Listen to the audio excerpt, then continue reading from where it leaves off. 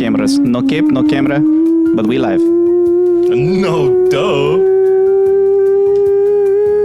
This is actually the whole stream. It's just Cleo, yeah.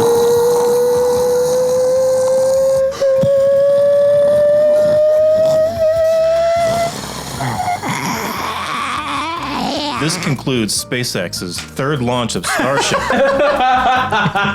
Thanks for joining us for Winged Badger Gaming. T+1, T+2. T2, Judgment Day. I love being reintroduced to the elevator music when I get back in. It's so good. It's so soothing. Funny enough, I'm working in a database for medical things as Like my new you're job. in the database? I'm in the database. I'm in there. It's the best way to work on the database is to like really get inside of it. Database, so wow. Physically. Yeah. And You can't reach the corners when you're outside the database. Exactly. And there is stuff that comes across from like our clients that's just like nonsense, or it's just like +3. It's like, all right. It's like in a CSV and it's just like completely like just random somewhere. It's like, oh, that means your pee is very dark. It's like, now you know. The more you know. You ever just want to insult somebody's color of pee? You can just hit them with a +3. I leave my mic for 10 seconds. Look, get a load of this guy over here with straw-colored pee. What, a plus 0.5? Oof.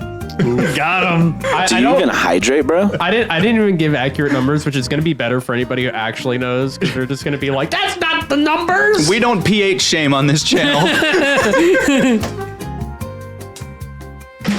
Sorry, Mando. Are you? No. Maybe kinda. I was debating if I should use the bathroom. Like, I don't feel it at all. But what do you think? Mr. Krabs, can you feel it? Can you feel it, Mr. Art Krabs? thou feeling it now, Mr. Krabs? Your bathroom's upstairs, right? Yes, it's where I just went. Yeah, use the guest bathroom. Is it downstairs? The downstairs bathroom Is the can be downstairs used upstairs? for tame things. What does that mean? Downstairs bathroom has a very thin set of pipes leaving that room. Oh, hey, bestie! You're not allowed to put We got Bestie. Grubbug in the chat. Hi, bestie. Oh, that's Hello. why I'm gonna have my phone outside. Oh yeah, can we have chat. like chat? Can you just pull up chat on the I screen? thought about trying to put chat over there for you and decided not to. Why would you do this? Just because I hate you, most. I bet I could put it on an iPad and set it like right in front of the GM screen here. Oh, that would be awesome. Chris will That would just be cool. dramatically read chat to us. I can read chat. Yeah, can you read yeah. it live? We've got when it happens. We've got one of our longtime like OG viewers with us. So if you hear a disembodied voice throughout the stream, B Street Holmes in the chat, Bradford Street Yo. in the digital flesh. Welcome, Bradford Street. You're gonna be helping us, B Street. Hey, yeah, B Street Or you're hurting here. us. No, they're gonna be helping. I've got B Street's mini. Yeah, see? Wait. Chad has done some horrible things to this Can campaign. I look at the camera up there? I thought you had like a crick. No, in that's your the neck, GM but I camera realized won't see you're you. talking into your mic. So That one? Yeah. If you get your head far enough onto the table, that's the terrain camera. So if you block all of the terrain with your head, is it working? it's not on the screen right now, buddy. Oh, Just chat, those of you who are in the chat, just imagine Cleo extending to her full length over the gaming table and trying to look into our terrain camera above and her. stay on mic. Gotta stay on mic too. Yeah. That's the most important part. Well, that was fun. I'm like, Good talk, everyone. chat, how are you feeling today? All right, yeah. Are you excited for an optimistic, positive stream where everyone wins? Are you excited to watch all of the players' hopes and dreams die? What's the vibe? Excited to watch us die. Man, the vibe really changes when I take off the heads. Yeah. Oh, from the chat? The lack of elevator. I feel like, you know, those like moments in Twilight, the Twilight Zone, where like the person realizes something's wrong with the world, and everybody else is like, you okay? What's Sir, wrong? what gave you the idea that this was heaven? I feel like by taking off the headset, like I've had the glass shattering moment of like, no, this isn't real. right. This isn't real. Is it real? Not that he stole it. I am saving my delicious coconut bar for a time where I need to be comforted. Or when all of my characters die and I will just be watching. I'll come for you. I'm saving my dog. Not my diet reviving Dr. my Pepper character, for the but same like- reason. I hear you. I'm laughing. My comfort diet Dr. Pepper Aw. for when things go wrong. Does Bruno Mars is Dr. Pepper? The rumor come out. Inquiring minds want to know. Yes. Dun, dun, dun. Grubbug says, I've said it once, I'll say it again. None of the main characters die. But one of them literally has died. But then they B came back to Street life. says, I think the best finale to a campaign is where someone dies, but not everyone. B Street, I think the best finale to a campaign is where everyone dies in the first phase of the adventure. There we go. my. That's what I think.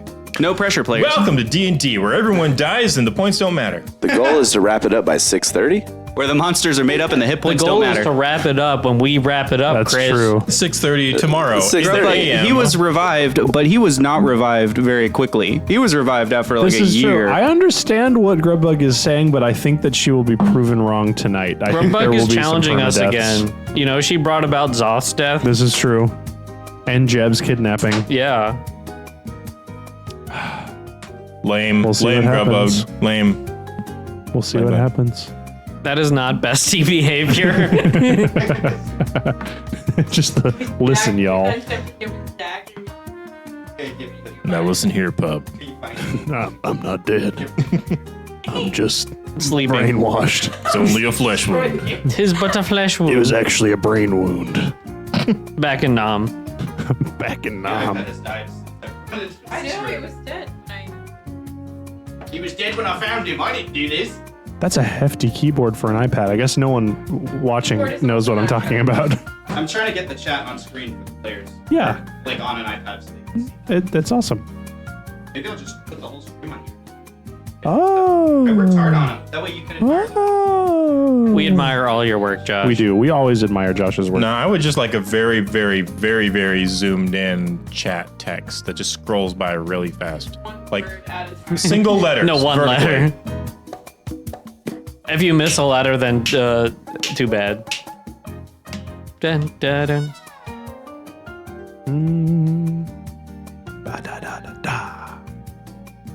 I hope our enemies are integrated so that I can disintegrate them. Oh, I can kind of dis- see chat. Our enemies have been integrated into this plane of existence. I would like to disintegrate them, please. Huh? Wow. Not letting me like pop out the chat. We'll leave it like this and at the first. Okay, no worries. Okay. I'll just have my phone out with it open. And I'll put my phone on chat only mode. That is true. Grubbug has so many points saved up, and this would be the ultimate time to use them. Well, we can't say the last time to use them, but definitely, That's why I said ultimate time. yeah. Ultimate time. Bum, bum, bum. Yo. Bum, bum. Yeah, Meat Hook Massacre. I've been subscribed for 27 Oh my months. It gosh, says. that's awesome. That's for probably most of the time we've been doing D&D. That's why you're the OG. Pretty much as soon as Watch started streaming with you, I hopped on and did it. That's me bringing in the subs. This was Yeah. 27 months you've been playing with them? This is Yeah, almost longer at the than third 27 year. months, I think. We're pretty great. almost at 3 years. It'll be 3 years in August. That's fantastic. Yeah, Grubbug feel no restraint when it comes to the points, but do understand that there are limits to some of the chat rewards that are like stream-wide limits, like for the 8 hours. Yeah. So, and I think I marked them in the descriptions. Like Boons and Banes, there's only so many of them, so I limited the number of redeems for those.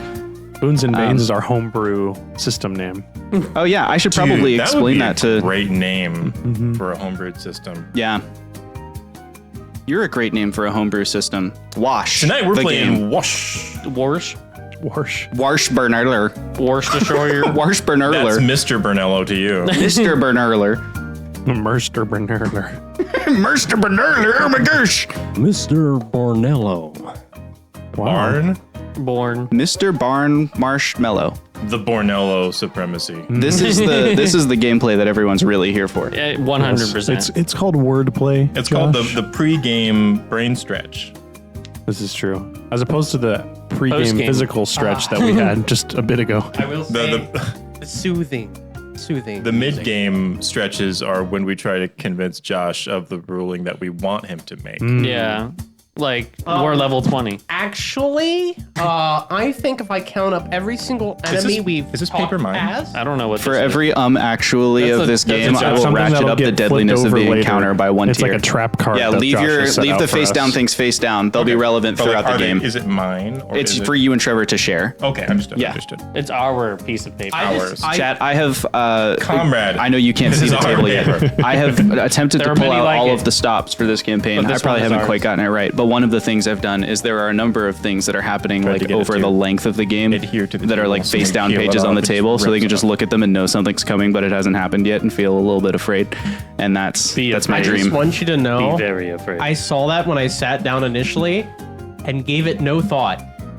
Only now did I realize maybe it's more than just a piece of paper that happened to be on You're the more than table. just a piece of paper And to the me. best part was, I was like, I should avoid accidentally moving that because it's probably somebody else's. So It's true. I was sitting there when you got there. So a piece of you string could assume walks it was into a mine. bar, and the bartender says, "Hey, no strings allowed." And so the string walks outside, gets all anxious and nervous and frayed up, and starts to split on the ends and tangled, and is all frizzled out. Goes back into the bar, and the bar says, "Hey," barkeeper says, "Hey, I said no strings allowed. Aren't you a string?" Says, "No, I'm afraid not." I didn't know where that was going, but that was a good punchline. I was a thought it bad was an anti-joke for a second. I thought you were just gonna like, It's like you're keep telling going. a story Yeah. that just like has no punchline. It was an anti joke. It made you think that it was going to be an anti-joke, and then it wasn't. It subverts your subverted expectations, therefore doing the thing that you originally expected. It's a version joke. Yo, I'm so caffeinated right now, I'm floating. version Nice. 4.0. Nice. Wow. No, you're on a pillow. Well, I am sitting on a pillow, but that wasn't quite what I meant. Caffeine will do that to you. Yeah, Caffeine will do it to you. Sit caffeine on a makes your pillow. butt hurt, you know, so you gotta sit on a pillow.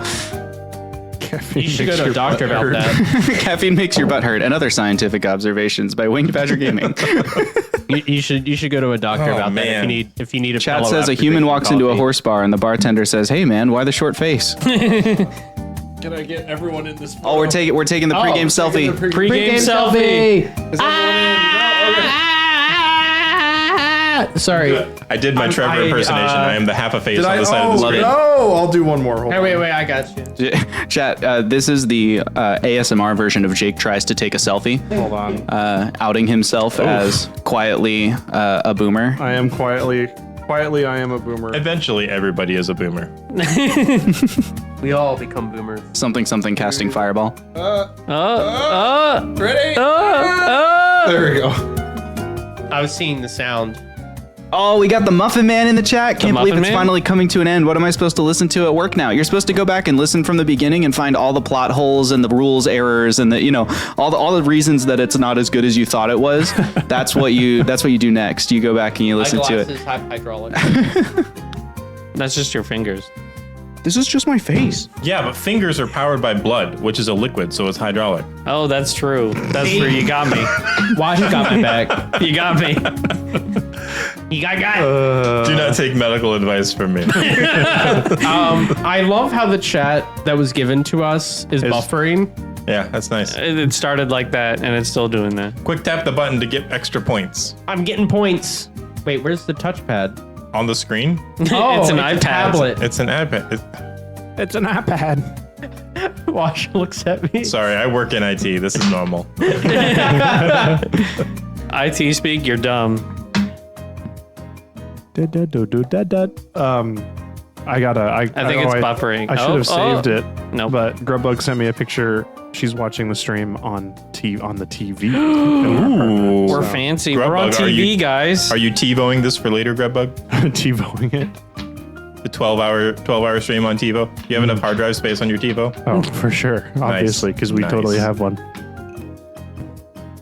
I skipped the whole TiVo generation. Y'all ready? Y'all ready for I this? know what it is. Oh my gosh. Y'all ready for this? Oh my gosh. Ba-da-da-dun-dun. Hey, we live on screen. It's our faces. Hi. We're here with you. Look We're at hilling. that. We're chilling. We're living our best lives.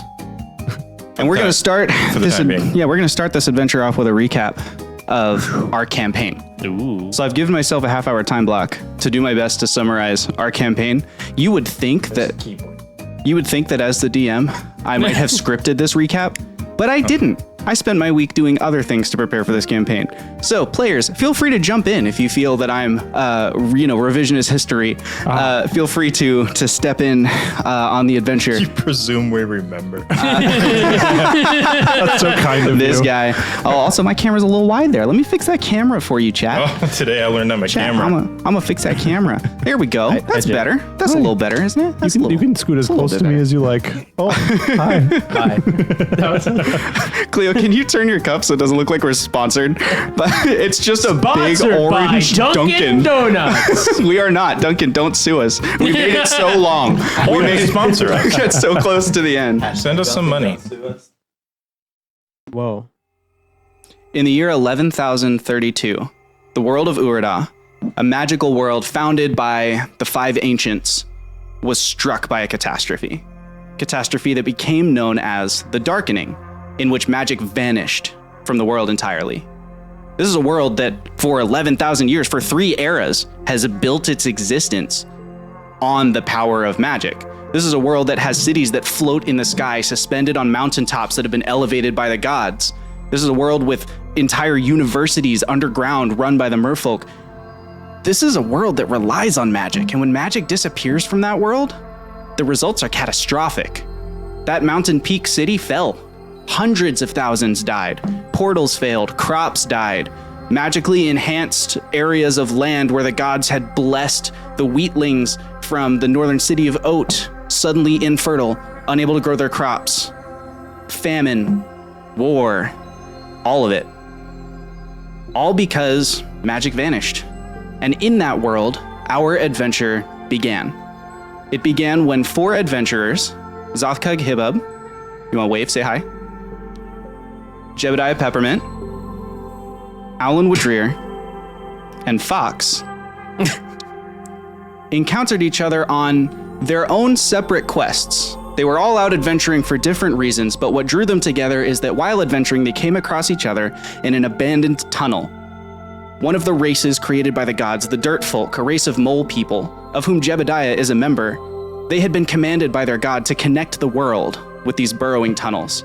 And of course, when magic failed and their connection to their god left, they lost that drive. And so the tunnels, many of them collapsed inwards, especially at the extremities. And exploring one of these tunnels, our heroes came across a sort of shrine, if you will, kind of the equivalent of a cathedral of all faiths that you'd see in an airport, where, the Dirt Folk were busy and they were mining, but they wanted to respect the people who were working with them. And so they had created this little shrine. And in there, Zothkug Hibub, our cleric, received a vision that we don't know where it came from, we don't know how it works, but the gods communicated to him that their avatars, their instruments on the world of Urda, were trapped somewhere, that they needed help, that they required saving, and that perhaps this might be related to the loss of magic. And that set our adventurers on a quest. In the beginning of this quest, they spent several months exploring those underground tunnels, trying to follow the network and see where it leads, if they could find maybe a city or a civilization, maybe a priest to talk to, something like that, to get some direction, some kind of purpose, or put some wheels on this train and try and get it to go where it needs to go. And instead, Jebediah robbed a bank, and As you do. Yeah, Jebediah robbed a bank, caused a little bit of a stampede mob experience. Alan Woodrear visited a local shrine, felt that they weren't very helpful. And really, overall, we got to the town of Red Hill, and when we left, we had just lowered our reputation a bit. That's pretty much what happened adventure-wise here. However, we did get our first glimpse of Wingle Digits, which was the first hint that something was not as it seemed in the Darkening. Wingle Digits were a currency. They were being marketed as better than gold because Wingle Digits, they contained magic. You can use a cipher, which of course is a proprietary device sold by a certain company, to turn your Wingle Digits into spells. Spells in a world with no magic. It created a monopoly on spells, and this seemed a little suspicious to our party. And so they kind of took that tack to explore further the situation they found themselves in. And where it led them is into the Underdark, the deepest parts of the world of Urda. The world beneath the world, if you will. Several miles down. 1 mile of which they leapt. Our party found themselves on top of a cliff, and they felt the easiest way down was to just jump and then use some magic at the bottom. Well, hang on, how are they using magic? Well, Jebediah, whose grandfather was a wizard, had found some notes from his grandfather before his untimely passing that he had stumbled across something and he didn't quite understand what it was, but some way of making magic work again in the world. And Jeb had taken that handbook and was trying to, understand it. He didn't quite know why it was working, but we had access to a few small spells that way, collected with certain material ingredients and things like that. They make it into the Underdark, and our heroes spend some time at what they later learn is called a dig site. It is a massive mining operation in the middle of nowhere in the Underdark, very heavily fortified, massive steel walls, big protective encampments, security forces, the whole 9 yards. And they snuck their way in, basically. I believe the party you posed as like mercenaries who were hired to work at the dig site. And so they found a line of other mercenaries who were reporting for duty that day, and just kind of got in line, and they were like, hey, we're here reporting for duty, and it worked. They got themselves in, and while inside, they learned a lot about these wingle digits, this magical currency. The company, the Bright World company that was mining them and refining them into the actual coins that were then being marketed, was in partnership with another company, the Summit Banking Guild. That was the financial backer of the operation. And so another piece of our conspiracy fell into place. Knowing, especially with Fox, our rogue, that if you follow the money, you kind of find the mentality of your foes. They spent some time sneaking into the offices and looking at the ledger books and trying to find out who were the major players in this operation. And what they found instead was a map that it sort of led them to where they thought the avatars might be. It was a map indicating places of great significance to the operation. They also found out that there were several of these dig sites, 12 of them in fact, and that they were centered around a city, but in the Underdark. So of course their next stop was, well, we got to go to the middle and see what's in that city. That's got to be some kind of major operation. And so we ventured to Tumbleweb, the underground dirt folk home. It's actually on my map that you can see on screen. It's like right there. That's Tumbleweb. We ventured to Tumbleweb. It is a city of dirt folk, the mole people, and it is the hometown of Jebediah Peppermint, our wizard. And so when they arrived, we were able to reconnect with his family, which did unfortunately introduce us to a little bit of his past. He had some gambling debts, which caught up with him in kind of a dark way in Tumbleweb. And he has some family troubles that, we kind of encountered a little bit there. We also encountered several of the major players in the world of innovation, right? The Bright World company they're claiming to be pioneering innovation, right? So if you want to get to the engineers, you need to be with the engineers. You got to learn to think how they think, talk how they talk. And so our party spent some time basically infiltrating high society. They attended some pretty serious events. One of them thrown by Jess Basin, the CEO of the shipping company Thames, where she had, anyone who's anyone was going to be at this event. And so, of course, our party had to be there. They had to figure out what was going on. But more importantly, if it's anyone who's anyone, maybe they could find one of the safeguards, one of the people who have been charged with entrapping the avatars and keeping them locked down or whatever. At the same time as that party, they identified one of the foremost engineers in the city of Tumbleweb, whose name was Elaine Mollusk, ran a company called Edison. And so and she was supposed to be at the party. So they were like, well, we can sneak into her estate and see what she's working on while she's at the party. And so the party divided forces. They did what we in the D&D world call splitting the party. And it went about as well as splitting the party goes in Dungeons and Dragons. Which is to say that two of our adventurers rescued the other two of our adventurers, but had to leave one of the adventurers behind. And so then it was a whole thing. There was a lot of drama, and it ended up with them having to leave the city. However, the city itself was not the big find. What they really found is that beneath the city, there was a central operating location, a place that was only ever referred to by the engineers, by Edison and the Bright World Company, as a dark site, whatever that means. And when they went down there, they got their first glimpse of maybe the real driving force behind the darkening, which is the aboleths. We discovered evidence that there was an ancient evil in the world. These aboleths, these giant fish creatures from the plane of limbo that they have what's called collective memory. So when an aboleth dies, the next aboleth that forms has all of that aboleth's memories, which means that they hold grudges for a really long time. And they are, in a pun intended way, hell-bent on dethroning the gods. They believe that they are the greater creatures, that they should be worshipped, that they should whatever. And so they have bent their efforts to eliminating the gods from the world, which in a world that recently suffered a catastrophe that sucked all the magic out of it, seems like it kind of lines up. And so kind of following this hypothesis, our party went down to that dark site. Our heroes, well, actually, first they robbed a bank and another bank, because that's what they do. Robbed another bank and bought a truck, a big Cypher truck. It was a new product from Edison, and formed a company. They decided that we need to, we're going to need more than ourselves if we're fighting an existential crisis of any kind here. And so they formed a company called Four Guys Ventures and Vibes. And the first official company act of Four Guys Ventures and Vibes was going down to this dark site and trying to see if they could, maybe slay the aboleths even. And this was the end of season 1 of our podcast, for those of you who are kind of listening along or who have the context from there. They spent some time down in that dark site and they fought the aboleths, but it was not a good fight. It wound up with them all nearly dying and essentially having to flee through what turned out to be almost like a factory, like an assembly line that was building synthoid creatures. So similar to what you the clone or the droid army in Star Wars. It's kind of like that, where they're putting together these constructs that have no heart, no soul, no mind, whatever.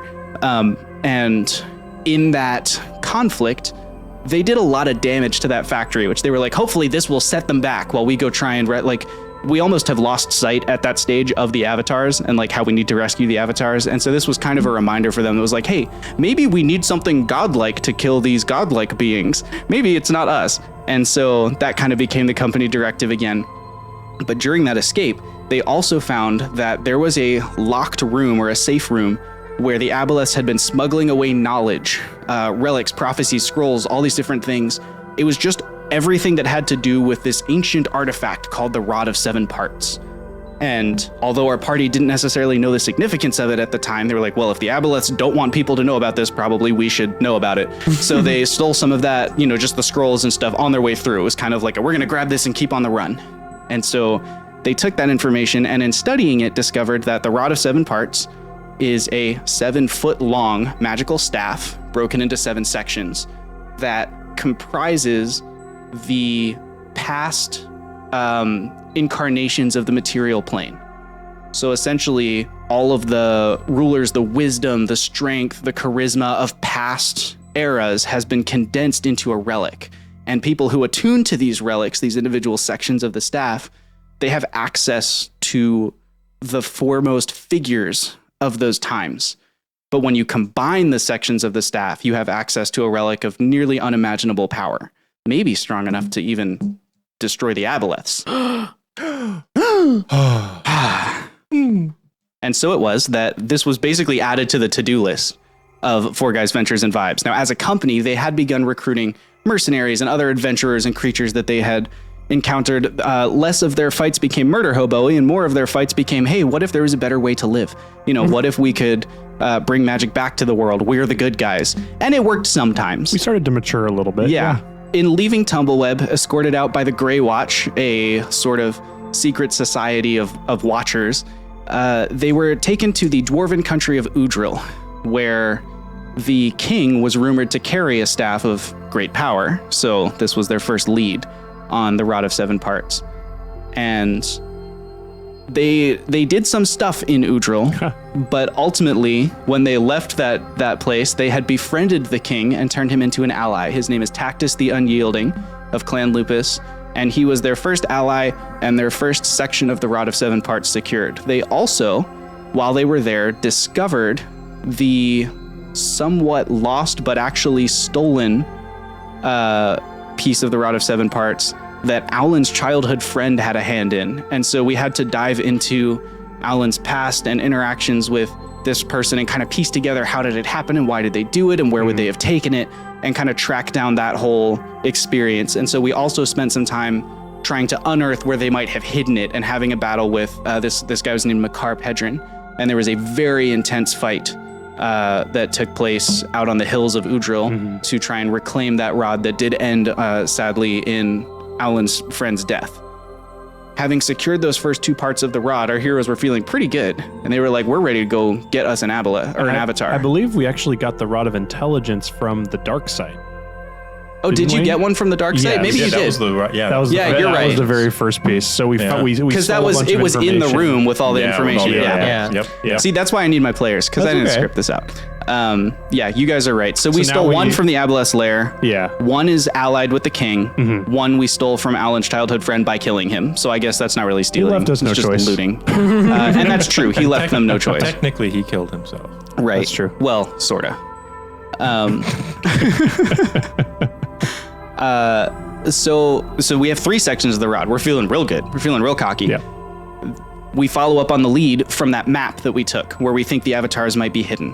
Our heroes went to the wreckage, which you can actually see indicated on the map to this side of me, where the ALF Tower and Fallen Market are. This was a huge suspended library raised up by an avatar of the god of chaos named Gamteus, and they believed he was still in that tower when the darkening happened, which means that when it plummeted from the sky, the odds are good that he's still in there somewhere. And if he's alive, rather than moving him, it was probably easier to get, lock him down in that weakened state.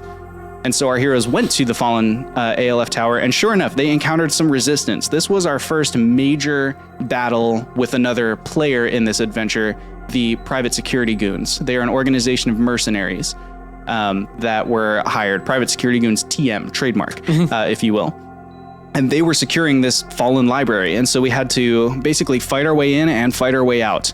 And when we escaped the tower with Garlel, avatar of the god of chaos, in tow, we learned a lot more about the Aboleths and what could be happening. Garlel's whole thing was knowledge, the floating library and everything else. And so having him in place, like having him rescued and in place, gave us an opportunity to get some answers to our questions.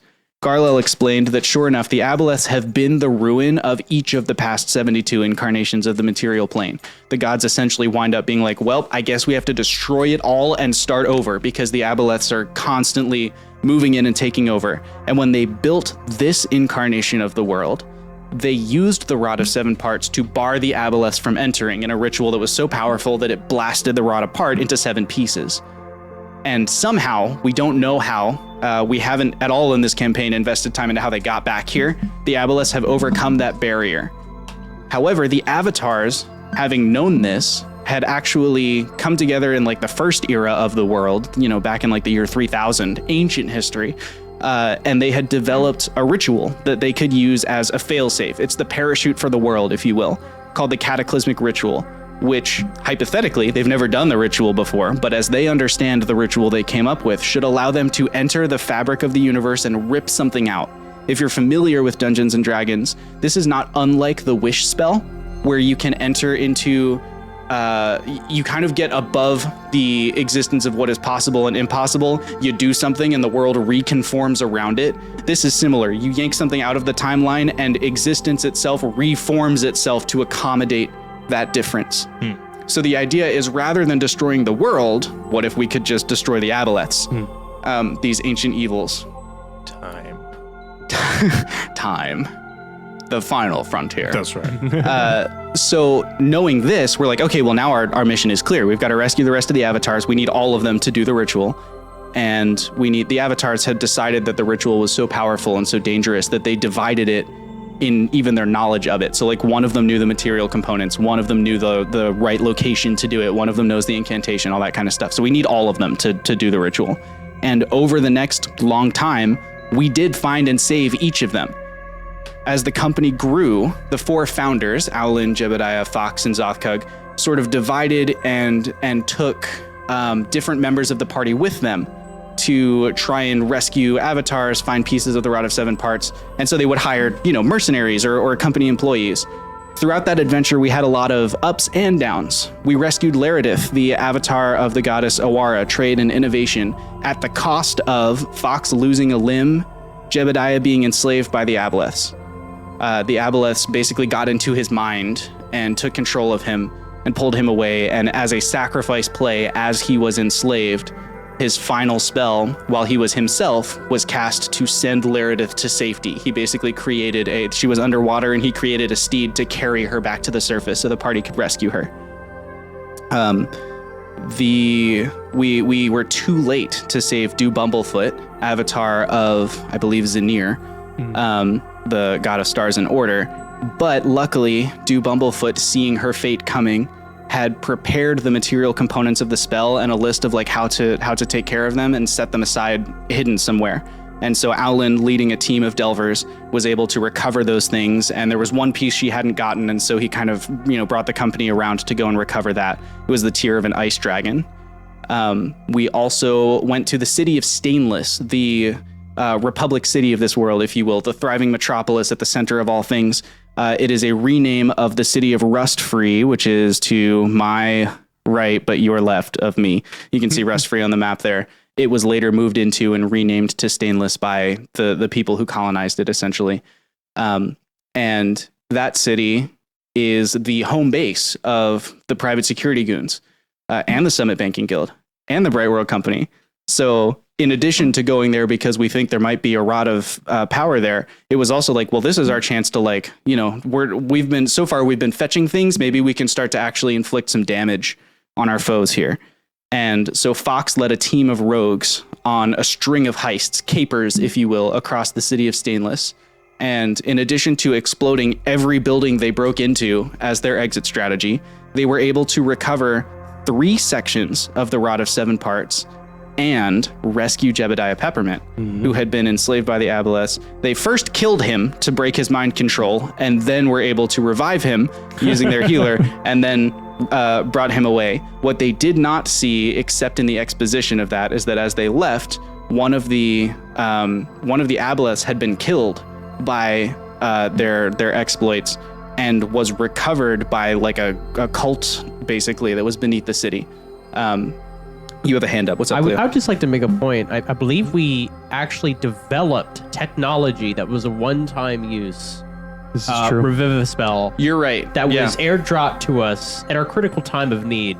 Yes. I believe the chat helped us. I think the chat did do that. Yeah. Chat. Your fingers are in every success of this group, by the way. And failure. Every major event. Every major event. Every major event. I will also say, we totally did not kill Jeb. It was the enemy that killed Jeb. You dropped a tower on Jeb.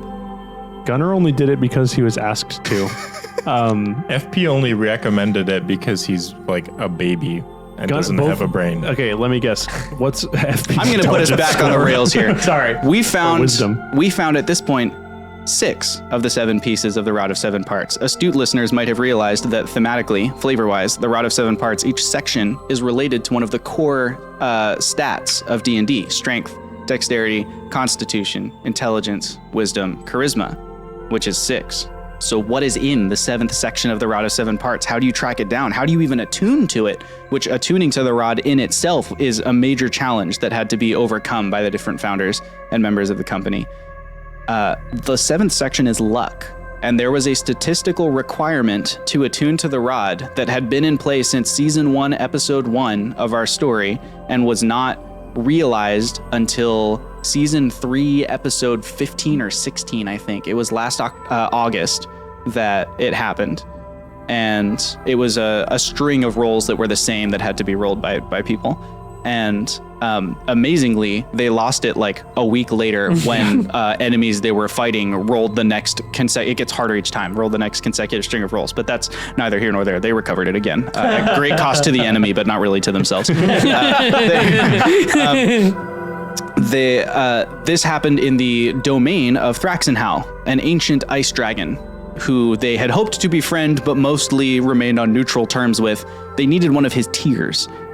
It was the final material component for the spell that Dew Bumblefoot had not been able to recover. And they got it, but also because they were there, the Aboleths, who have caught on to what they're doing at this point, had sent basically a full army to stop them. They were like, we'll just throw everything at them.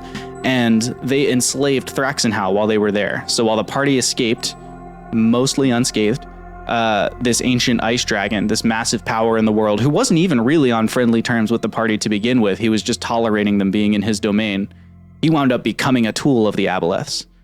But now we have all 7 pieces of the Rod of 7 Parts. And most of the avatars. We've rescued 3 of the 4 avatars of the gods. 3 of the 5. One of them has passed away, which means 1 is remaining. Mm-hmm. The avatar K, who has been lost to the world since the Darkening. It is hypothesized that K, who is the avatar of the god of hospitality, may have been on his party airship, which is a real thing from the real world building that we did with you, the chat, at the time of the darkening. And if his airship is just adrift somewhere up there in the skies, then of course no one has seen him. No one knows where to find him. He's somewhere up there in the clouds. And so our party took to the skies. They built themselves an airship from a crashed wreckage they were able to discover in Thraxenhaus domain. And after a long time of searching and some hazards on the way, they found Kay in the Citadel of the Order of the Exalted Ring, which is at the top of the Pillars of Eternal Vigil. If you look on our map near the bottom, there are 3 big pointy purple things. Those are representing the Pillars of Eternal Vigil, which are 30 miles high by 30 miles wide. So pillars is less of a good descriptor, and like, I don't even know, like giant cubes, basically. But they're round, so cylinders, I guess. I don't know what I'm saying. This world has 3 lollipop sticks. Exactly. This world has 3. Inside you, there are 3 lollipop sticks. We had to scale that, so the party climb it, or at least the founders do. They left their airship. They sent their airship out back into the world to do some stuff because this was going to take a while. It took them 6 months to climb up this tower. At the time they got to the top of it, they did discover both the Avatar K, who they were looking for, and a sentient broom, who I believe you've named since then, right? Did you name the sentient broom? Yes. What did you name the sentient broom? I named him something punny. Bruce. Broomston? Broomhilda? Broomstein? Broomstein sounds right. Broomstein is was correct. Stein was in it. Springsteen. If it's I don't think that's if it's not Broomstein, it's Broomstein now. We named the sentient broom Broomstein, and we found the Avatar K, who needed to be convinced to come down and perform the cataclysmic ritual. And it was a process. And he would only agree to come down if Fox, aloof, basically emo teenage rogue, agreed to fulfill Kay's promises to the world, because Kay revealed to our party that the cataclysmic ritual would actually destroy the avatars in the process. The magic was just that powerful. And so this is, for the avatars, this is a last-ditch suicide play. Something else that was also happening earlier in the campaign is that Zothkug, one of the founders, died That's true. He got. and was essentially killed by his piece of the rod that he had like 3/4 attuned to, like sort of maybe attuned to. 7/8. I 7/8. will say we also did 5/6. an amazing session trying to revive him. This is Yeah. true. There were a lot of feels when Zothkug died. You're Yeah. right. Wasn't that the machine that we used when we brought it to the tower for Jib? No. Oh, okay, that was a different Different thing. machine. V2, yeah. V2. But also with K on the Pillar Yeah. of Eternal Vigil was Zothkug, Zothkug. somehow mysteriously Right. returned to life. And actually, I will divert to explain that. So I didn't talk about it because it's not related to the Route of 7 Parts as much, but Zothkug, they're right. He was at the top of the Pillars of Eternal Vigil with Kay. Zoth explains to the party that he was trapped in the Border Ethereal, that he discovered that souls cannot pass on because magic has been destroyed. There are no boats coming across the ethereal ocean to bring them to the outer planes.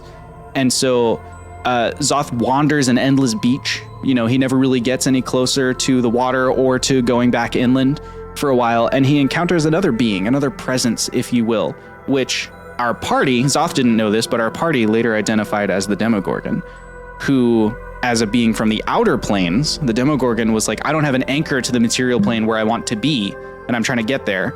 But I have all my magic from the outer planes. Zothkug, from the material plane, he's an anchor to the material plane with no access to magic. He can't go back. So they make a deal. Zoth doesn't know it's a Demogorgon at the time, which is like an ancient demon. But they make a deal where the Demogorgon will send him back, restore his body, and put him anywhere in the world he wants, in exchange for basically using him as a conduit to get himself into the world. So we know now that the Demogorgon is just somewhere out there in the world, wandering around doing his thing. We haven't found him. I'm just saying, Bigger red flags problems are right the now. price of revivification. Yeah, It's true. that was a good thing you said.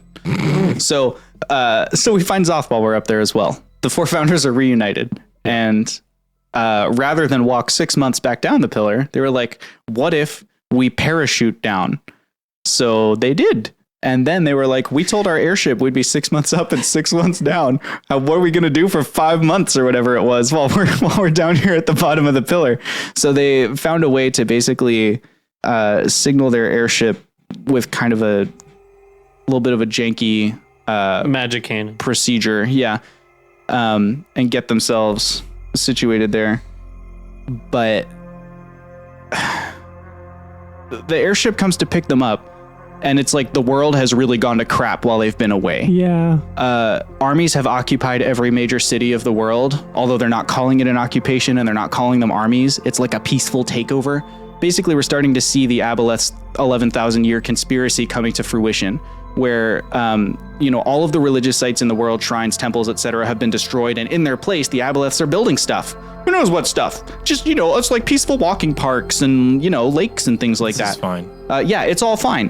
The Aboleths have established a secret school of arcane recomposition somewhere in the world, and they're inviting the best and brightest of the world to go on a pilgrimage to it. And then those learners, those scholars, return as heralds, whatever that means, to the world, and they're announcing that they've discovered that even though the gods have abandoned us, there's another ancient force out there that is working on our behalf, that wants magic back in the world, that can restore magic, and they're demonstrating it. These heralds are able to cast spells in some way. Part-time herald. They've invented a thing called the televibe, where they're able to broadcast messages to cities and countries and things, and the televibe has a lot of bad things to say about Four Guys Ventures and Vibes. Some of them even true about like their bank robbing history. But yeah, there's a propaganda machine at work against the party here, and in the midst of all that, our party is like, well, we're ready to like save the world now, but nobody likes us anymore. So they link up with Savage Tempest, a bounty hunter who they've interacted with in the past, and he kind of smuggles them through the mountains past the occupied city of Stainless. They can't fly their airship past because the private security goons have invested in airships of their own. There are entire fleets of airships patrolling the sky, so it's not safe. So they leave the avatars and their crew on their airship waiting for a flare, and the party goes on foot to meet with Kavor, an ancient golden dragon who lives at the northern end of the Cavorite Mountains, because she has been trusted by the avatars to safeguard the location where the ritual must be cast. So they're trying to basically get her permission to like, hey, please don't golden dragon destroy us if we, just show up and start trying to do things here. And they do. They get her okay. She has basically there are some creatures who are sheltering in her domain who have been displaced by the Aboleths and whatever, and so they have to help her move them deeper into the caves beneath the mountains to protect them, and then she collapses the cave behind herself so that she can protect them while the party are up here drawing the attention of the Aboleths essentially. And so at the end of our last D&D session, the final action was they're standing on the cliff tops. I think it was Fox, right? Raises a hand to the air and triggers off a flare. And that flare arcs across the night sky. And that is where tonight's Dungeons & Dragons adventure begins. Woo! Right after this. Zinir, Gaunteus, Kotex, Owara. Long ago, the four ancients created a world in harmony. Then, everything changed when the chat emped magic. Only Kelnor, master of good vibes, could stop them, but when the world needed him most, he vanished. 2 years have passed, and four adventurers have discovered a conspiracy, a company selling magic. And although their roleplay is great, they have a lot of XP to earn before they're ready to save anyone. But I believe they can save the world. This is the final time that this video will play, and it says we play on Mondays at 9 p.m. Eastern. But tonight we're not playing on Monday at 9 p.m. Eastern. Tonight we're playing right here. Right now. Right now in the Winged Badger Tavern with our faces on a cliff top. But before we begin tonight's adventure, silly me, we don't even know who our players are. So silly. Let's all introduce ourselves. How do you guys feel about that? Feel about a little introduction? You feel good about it? I feel good about doing some introing. Yeah. Introducing. Let's just start at Trevor. Go around the table here. Hello, I am Trevor, the official voice actor of Zothkug Hibbub and Bruiser. Zothkug is the orc cleric of the group who will probably be doing a lot of healing tonight. Hey, I'm Wash. I am the official voice actor of Jebediah Peppermint, the Molefold gun wizard who spits fire and fires spit. And he He will very much not be healing anybody tonight. He will be attempting to do the exact opposite of that. To the bad guys, I hope. We'll see. Okay. Hi, I am Jake, and I am the official voice actor for Alan Woodrear and Gunner. I forget Gunner's last name. Gunner Jackson. Alan is a Azamar barbarian artificer, and Gunner is a Hematetian mastermind rogue. And hello! Are you ready to know that I'm Cleo? Playing Fox, the rogue bard changeling. And some other characters when it happens. But tonight it'll be mostly Fox, and you know what? He's probably gonna be doing the classic rogue thing. Make me invisible, stabby stab, dice throw on the floor, it's all good. But not the classic bard thing.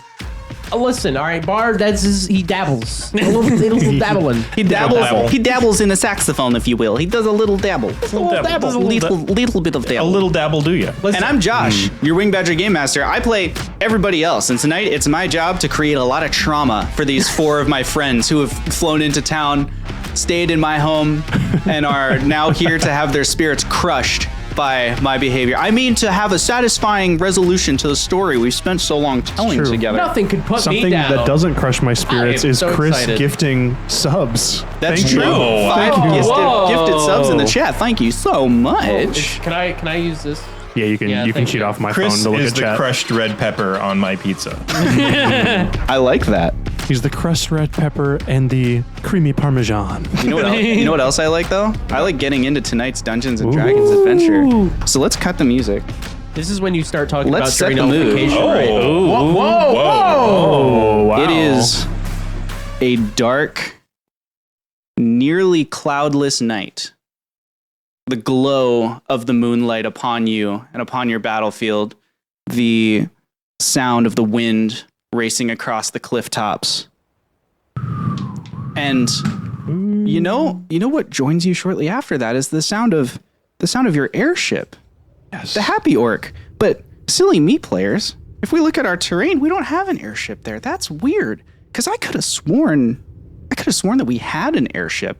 But Wash, is it behind those books? Oh, Is it behind those books? surely not. But I'll check. I'll check. I just feel like maybe there's an airship see, back let me there. see. Let's Hold just on. see if there's something back there. Guys, I didn't know this was gonna happen. I'm really excited. Either. I feel like Oh my gosh, what is that? Could that be? What? Could that be the Cugboat flying in, It's possible. soaring Hold on, into hold our on. terrain here? Hold on.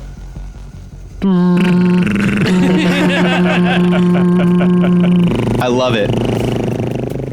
Here comes the airplane. Comes the airplane. Open up, Trevor. As Josh just off fell my off chair. of So, his chair. I just wanted just the wanted to jokes feel like Cleo. because I just made Josh laugh so hard he fell out of his chair. that's amazing. It was a spell. You just learned a new spell.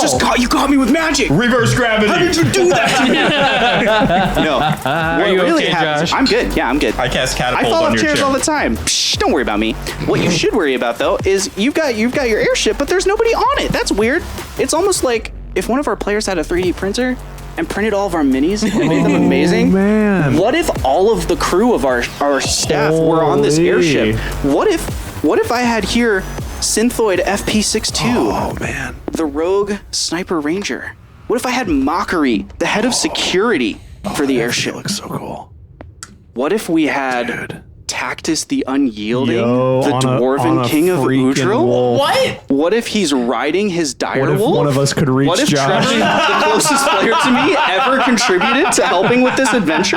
Oh, that's so mean. What if, yeah, right? What if there were more though? What if there was Garlel, avatar of the god of chaos? What if in his dapper suit, Garlel was there? Wait, but that can't be all of it. What if Randy, the head of cool stuff, R&D of Organized Ventures and Vibes was on that airship? Oh, I gotta wait. see what Randy looks like. Wait. Could there be more? Could there looking be pretty more? rad. What if Rad Randy. Lerodith, Ooh. artificer avatar of the god of innovation was there? Man. Oh, wait. Could there be more? Detail on these. Could there be more of them? Wash is an expert at. What if Wash spent Mini $50 in resin to print What if This is awesome. What if Satonia, avatar of the god of nature, Oh, was on that airship? Awesome. Moose time. It's not moosing. Moose time. What if Kay, avatar of the god of hospitality, was on that airship? And what if it's the dude? what if Kay was the dude from the Big Lebowski? Big Kalowski. Oh man, that's awesome. This airship soars in, right? This airship comes into dock near you, your flare still sizzling in the night sky above you. And a lot of things start happening at once. The first thing that happens, of course, is as the airship comes into dock, you hear the reverberating explosion of Kavor collapsing the tunnels into her domain. And so if you look at our terrain here, you'll note that there are no tunnels anywhere. It's almost like I didn't build any caves, but collapsing the tunnels leading into the domain. The airship comes into dock and appears there, Bruiser behind the wheel of the airship, so to speak, steering this thing in very deftly, navigating. Bruiser and FP62 both immediately report that they are not the only ones who saw the flare. They have seen activity from other airships in the sky, and the clock has begun ticking. At the same time, Lerodith jumps off to meet up with our players, which means that players, why don't we put your minis on the map? Yeah. We've got, our players have little minis here. What if they were on the map as well? I gotta stand up for this. Yeah. There's gonna be a lot of minis happening in this this session, folks. So I made the terrible excited for decision that I was like, I have so much slack on this aux cable, I should just tape it all up. You need I don't have a enough to rotate stand. cable. Jeb immediately starts drawing a circle on the ground and starts inscribing something. Just while all of this other stuff's going, he's like, cool, they're here. He just like starts scribing on the ground. sure. Fox seen Jeb, and after they've had their discussion right before the ship landed about Fox's inventory, immediately finds that ring that was hidden at the bottom. He zips up his pack with the ring out. Yeah. Jeb just nods. I'm proud of you. Before Jeb starts doing that, he's gonna have to roll initiative. Oh no. We're gonna have to know when things are happening. I'm not saying we're starting in initiative order, but we're maybe starting in initiative order. It might be worth. Don't do that. Might be worth us tracking initiative. Ooh, I can switch from one mic to the other mic, and it's Seamless. you don't even notice, chat. They might be noticing. It's fair enough to assume that they might notice. I also feel like I'm struggling. You're not hearing my sound effects when I play them. I hear a whole. Yeah, there's airships and there's wind and stuff. I just feel like it could be louder. Where on That's this okay, map though. is the spot for the ritual? We'll get there. Oh, okay. Lerodith will show you. Oh, okay. As she jumps off and begins explaining to you, you actually can all flip over the first paper, which is Oh, between my. you, explaining how Lerodith's machine will work. Oh. When you say first paper, do you mean on both sides of the table, or is this the second paper? No, that's the first paper. I have built a mini game for our players Of course. to construct the machine that Lerodith has built. Lerodith, avatar of the god of innovation, has been working tirelessly on finding a way to put the set, like reforge the Rod of Seven Parts, because it blew apart when the gods used it in the past. It's this extremely volatile magic item. It's not like an easy task to take care of.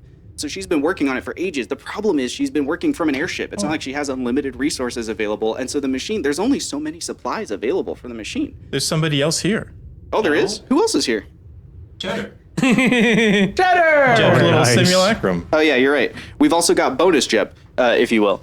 Jeb has cast Simulacrum in the last session. For those of you who know what that spell is, he's basically created a clone of himself. And it is now here on Like the a field. true clone, too, not like an imaginary one. Yeah, not like a fake one, but like a real one. You know, like, a it's not- clone clone. we all have those inside our head, right? The intrusive to thoughts us. are just your simulacrum. Yeah. Lerodith begins explaining how the machine works. Essentially, there are different kinds of supplies on the ship, and if only we had a player who was so good at 3D printing that he could print the supplies Oh man. for this experience. I'm gonna hand you some stuff to put on the map there, Chris. You can set all of these next to the airship, I've but been not busy. on the terrain. These are the different components that Lerodith has built. They will need to be unloaded from the airship, and some of them are heavy and need 2 characters to move them. They will need to be deposited on the ground.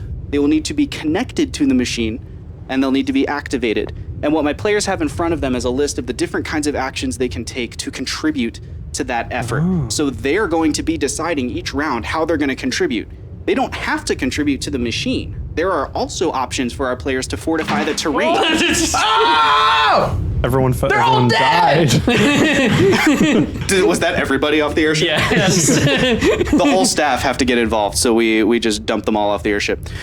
So our players have a list in front of them. I'm not going to explain what all the actions are to you, chat, because I think it will be more interesting if I give the players the opportunity to use their exposition and their narrative for their characters to talk about them. If there's one thing we all know is bad about D&D, it's listening to the DM talk the entire session. It's true. So my players have ways in front of them to basically increase the statistics of the machine. There are actual mechanics to this machine. It has hit points. It has an AC, which is how hard is it to hit. It has an efficiency score, which is once it's on, how well and how fast will it do its job of restoring magic to the world. There is the odds of ignition, right? This is built from, Lerodith built this in a cave with a box of scraps, right? We don't know how well it is for this to turn on. So there are statistics for the odds, and there will be a percentile roll every time we try and activate the machine that will come into play and determine whether it turns on. Once it's on, it's on. It's not gonna like shut back off on you guys. But you have the kind of ignition percentage. And so our players in turn order will be contributing to this endeavor, trying to figure out what happens next, what goes on here. So that's what they have in front of them. I'm kind of stalling, giving them a couple seconds to read over their options and situate minis on the map here. As this is happening, Lerodith, in character, is explaining all this to them, right? She's adjusting her spectacles. And so the problem with the machine is that there are some necessary components, but there's also some superfluous components, and I know we're under pressure, so I didn't want to try and force them all to be connected. We're going to have to carry them individually, and then I'll just plug them in. So absolutely, what you're just going to have to kind of help me decide here what needs to get done, because all I can focus on is making sure this thing is on the ground and it's going to turn on. And as she says that, we see the actual machine itself. Do you have the machine over there already, Wash? No, you don't. It's right here. I was gonna say you have all I you have the all my machine. cool stuff. I have the machine. This is the machine itself. Oh. And this has been unloaded and is anywhere on the edge of the cliff here. I'll let you players make that call. So basically next to the tugboat, right? It's off, Sure. off the thing and on the edge of the cliff there. Maybe behind the cover of the stone over there. Maybe like on that side. We're positioning here. I guess, chat, you can see that. I put the terrain on there. So you can see. There You you can go. see what they can see a little bit here. To see what I can see. There are items that need to be unloaded off of the tugboat. So the scatter terrain that is on the ground or on the black tabletop, that's essentially on the boat, right? Okay. So when they unload things, you can go to the boat and pick it up, and that you have it. And unloading it will just be like a generic move action of the item. So you don't need to worry about move distance or whatever. It's like one round of moving is unloading a new thing. So, yes? May I ask a description of like what I'm holding as I hold them up? Yeah, absolutely. Give me 10 seconds to put a chair back down for myself. Maybe one I won't fall off of this time. I'll put it like on this Sure. little square So here, you're but- holding there what I would call a small barrel Okay. on your list of what the different supplies are. They are small little containers. They are metallic with big orange like hazard paint around the outside of them. And they contain different kind of supplies and materials. There are also pylons, which you're holding there. They are large metal, like black painted metal items with glow. They kind of glow on the inside of the different tiers of the pylon as they become activated. There, you're holding a battery bank. That's a power source, and it helps to regulate the machine. 2 of those are necessary to ignite the machine. The machine cannot turn on without 2 of those. They're also the heaviest, and they require 2 people to carry them. And then there's also, on the other side of the machine there, on Trevor's side, there are large barrels. Oh. So those are, I believe, all your... Oh, I'm wrong. There's more. There's more. I have more small barrels and more large barrels right here. Oh. Boom. So you can set those over by the airship. Chat, I don't use minis very often, so I'm sorry if I'm slow about getting them on the map But when here. I do, But when I do, yeah. So you have the ability, players, once the requirements are met, so the 2 battery banks are down and Lerodith has connected them to the machine. Lerodith has to do some stuff. Once those are down, you can at any point in time decide we're going to try and switch this thing on. It may or may not be wise to do so, and the amount of pressure on you will change over time. Obviously, your flare just went in the air, so there's nobody here to respond at this very second in this round. But it is something to keep in mind and consider. You can always try to turn it on if you want to. The consequences of a failed ignition could be bad. I'm going to roll on the complication table every time. Chat, for your benefit, we use a series of Boons and Banes here. I will roll a tension die whenever time has passed, essentially, to see if random events happen. This is like random encounters, but gooder. And if a random event happens, then it will happen. It could be good or it could be bad. I have a Boons and a Banes table. You, as the chat, can also trigger Boons and Banes. If you look at your channel point rewards, you are able to spend your points, which you accumulate for watching. The longer you watch, the more points you have, to trigger Boons and Banes, which make all sorts of fun stuff happen. There can be weather events. There can be, sometimes people fall over. All sorts of stuff that can happen. Fun things. Fun times. Let's be clear about this, chat, all right? I expect all positive boons.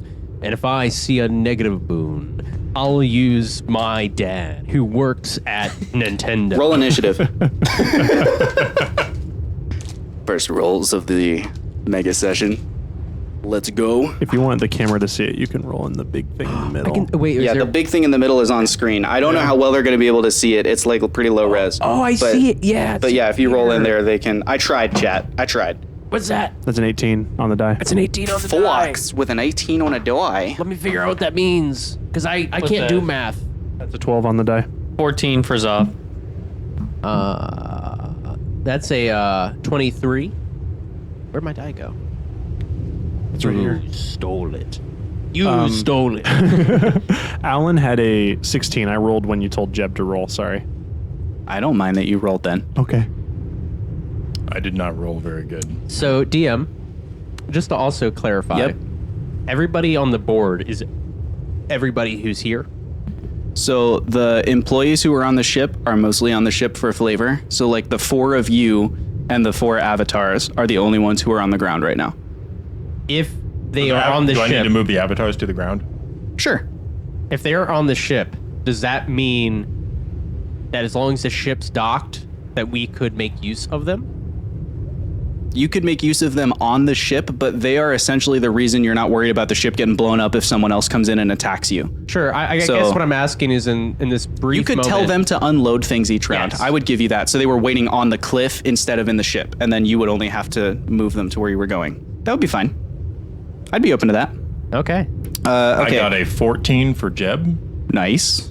and a 12 for Cheddar. No, sorry, I don't have to roll for Cheddar because he moves immediately after me. Yeah, That's those the of thing that you I just with remembered. those of you with alts, which a couple of us are bringing their alts onto the battlefield as well. Like Jake plays Alan, but he also plays the rogue Gunner. I'm gonna bring Gunner down on Gunner is going to share your initiative. He's gonna bring them down. That's right. That's Gunner. What? I'll put him next to Alan. Yep. And Gunner will also move on initiative 16 because that's Alan's initiative. Very nice. The way that turn order is going to work is I will say it is so-and-so's turn and so-and-so is on deck so that you have an idea of when your turn is coming up. Cool. So I've got Fox at initiative 23. I've got Gunner at 16, Alan at 16, Zoth at 14, Jeb at 14, Cheddar, because he's just basically Jeb, is also at 14. Am I missing anybody? Radford should be on the ship. Okay, yeah, Radford's on the ship. So people on the ship are just going to go, the airship I has have a mini. Well, like his mini should be over there. And Clara's mini should be on the ship if we want to. She's inside cooking. If we want. Let her cook. She made protein bars for everyone. Cook! Here's Clara, the fairy dragon NPC that we recruited as the ship's cook. Aww. On a little pie. Best Played dragon. by my lovely wife when she's here. Username I love Willa. that Clara mini. Okay, so Me too. the airship itself also has a turn in initiative. It just goes at initiative order 20. So when you're giving orders to people on the airship, those will all get carried out at initiative order 20. Okay. Cool. With that in mind, I say cool as if I can do that. I can't do Cool. that. with that in mind, let's begin the first round of our game here. Ooh. All right. So that means ship goes first. That means the ship goes first. Do you want to give orders to Oh the wait, people I on the guess ship? I go first, don't I? You're right. Fox is up. The ship is on deck. Okay. All right, everybody. We need to get this sorted out. there's going to be a fight. We know it's coming. So let's get this sorted. Let's quick get the biggest things off first. and Yes. and get this going, because when it's going to hit the fan, it's going to hit the fan hard. I agree. I need to take time to try to attune. If I can't, How much I time can't. you need? An hour? Yeah, 2 gonna minutes need of an short hour. rest. That's an hour, man. Yeah, I do not think that we have that time. I wish that What are you would have mentioned tuning this to, earlier. man? Well, we just went through my inventory. I didn't realize I had a magical item on me. Well, how many magical items are you currently attuned to? The 2. rod. 2? Oh, well then yes, you do have an extra slot. Although, like I said, it is quite inconvenient to try to do that at this moment. I know. I think it may be a better long-term investment for you to help build the machine now rather than attune to this item. What is the item? Well, you see, it's this ring of free action. Okay. Does it just basically Ground improve looks your pretty flat around here. I mobility? think you're all right on Yeah. that front. Well, supposedly it allows me to move across any terrain, no matter what it is. Yeah. As if though it was Like this, and Jeb smooth walks kind of sail. back and forth a little bit. smooth slate. I think it's more important This is that you help smooth us slate. unload. Well, you're right. I'm sorry. I just think you just mentioned that we need to go. I think now is the time to go. All right, then Cheddar, take this and keep going with it. let's get going. And Let's get going. I hop onto the ship to help unload, and I help give orders. What do we want to give the orders? Because I think that's going to be my turn. Sure, let's go to the airship's turn. Turns from this point forward will be 60 seconds, and I have an impartial timer. If the turn ends during combat, then that player will take the dodge action. We're not trying to screw you over. We're just trying to add the pressure of the actual timing. Yeah. What do we want the ship to do? Unload? Yeah, that's Yes. the primary. That's the All right. primary goal. Yes. So have everyone on board move items. DM, how many things can we unload if everybody on board is unloading? Your supplies say next to them how many creatures are required to move them. So if you want Yes. to unload a supply, you need to devote that many creatures to unloading it. All those So- creatures are on your airship, except Clara, who is literally like in the kitchen cooking. But the rest of them are available to help unload for the moment. We need to move the pylons first. Right. And biggest things. we need 2 creatures to move 2 pylons. Is that the power things? Those are the power things. We need to yes. get those. Yeah, let's go. I can Yes. help. So All right. let's dedicate 4 crew members to. B Street, Radford, over there. FP. And grab somebody. Hey, here's Bradford Cactus. Street. I forgot to put his mini out there. Radford. All right, and Fox will actually pair up with F2 and Great. help. We're talking about these? Yeah. Yes. Both of those first. Okay, so those are on the cliff. And then we'll move to the next person's turn, which I forgot to tell you who's on deck. I'm getting into it. We're getting there. It's all good. It'll be Gunner. So Gunner's on the ship, and Owlin are next with Zothkug on deck. Okay. Gunner will assist. Gunner is going to assist moving a pylon. Actually, I might just have that. Because who just did that one? Fox and Fox and If you ready, then Jeb will help. I was gonna say I could just have Gunner and Owlin Grab Carry one. one. grab Yeah. one. Yeah. Okay. So they'll move the other pylon. Is there a second mini for it, or is it just? it's it's over there. Yeah. Okay. So I'll move stuff. But yeah, that's what Gunner and Owlin are gonna do, and it's a speed of 15 together moving it. Correct. Yeah, I mean, Okay. for unloading, it just is off the ship. it's so, already. and it both takes of it- these are already unloaded. Okay. So if they're both unloaded, Gunner and 15, Owlin yeah. will move. Yes, that's what Gunner and Owlin will do. They'll use. Great. And every additional piece that you connect to the machine must be like within a square that is adjacent to other machine parts. So Oh, okay. the Nice. spread can go as wide or whatever shape you want, but it's kind of like a crossword. They all have to Yeah. be touching. That's going to conclude Gunner and Owlin's turn, which brings us to Zothkug and Jebediah is on deck. Sorry. Zoth is up, Jeb and Yeah. Cheddar are on deck. Can the three of us move one? So Cheddar is going to continue. Like Jeb handed the chalk off to him. He's going to continue drawing this thing on the ground. Can you denote where he's drawing that circle for me? Sure. I mean, it's actually technically not going to matter. Oh, okay. Then don't worry about it. Yeah. Jeb is going to look up at Wash in the sky and say, "Why didn't you bring a mini for this?" and cast Hand of Jebediah, which is something I yes. just improvised Nice. right here. Nice. And both of them, like this thing is large, Yeah. and it has like a strength of 25 or 26. Does Okay. it need 2 people to carry that thing if it just like... No, I'll give it to you. That's cool. Because like Jeb will be using it too because he's Then- like controlling it. Zoth will move one of the crates. Okay, great. So I presume still only 15 feet. Yes. That's going to be... And that concludes. Oh, well, yeah. We did Jeb and Cheddar, didn't we? Okay, so the next thing I'm going to do is roll the tension die. And we've got Tactus the Unyielding on deck, unless you've already given him an order. Unloading yet. supplies, I guess. First tension die of the game. Let's say It's a complication. Oh, No. man. No. It's a complication. What's that? I don't know. That brings us to the top of initiative, which means it's Fox's turn with the airship on deck. All right. I'm gonna order for the airship's next turn. Riley and Zop. Zop. I was gonna say Zamph. Zamp. Glad you didn't. And then Zop. And order them to help. I'm gonna continue with. I believe I was working with FP. I ordered somebody with me Sure. to move this. I'm gonna move it closer, and I believe that's gonna be the yellow one in this case. Great. Yeah, that is the yellow one, and you'll be moving it And that- 15 feet. Concludes your turn and brings us to the airship. So if you want to give orders to anyone on the airship to move things, you can.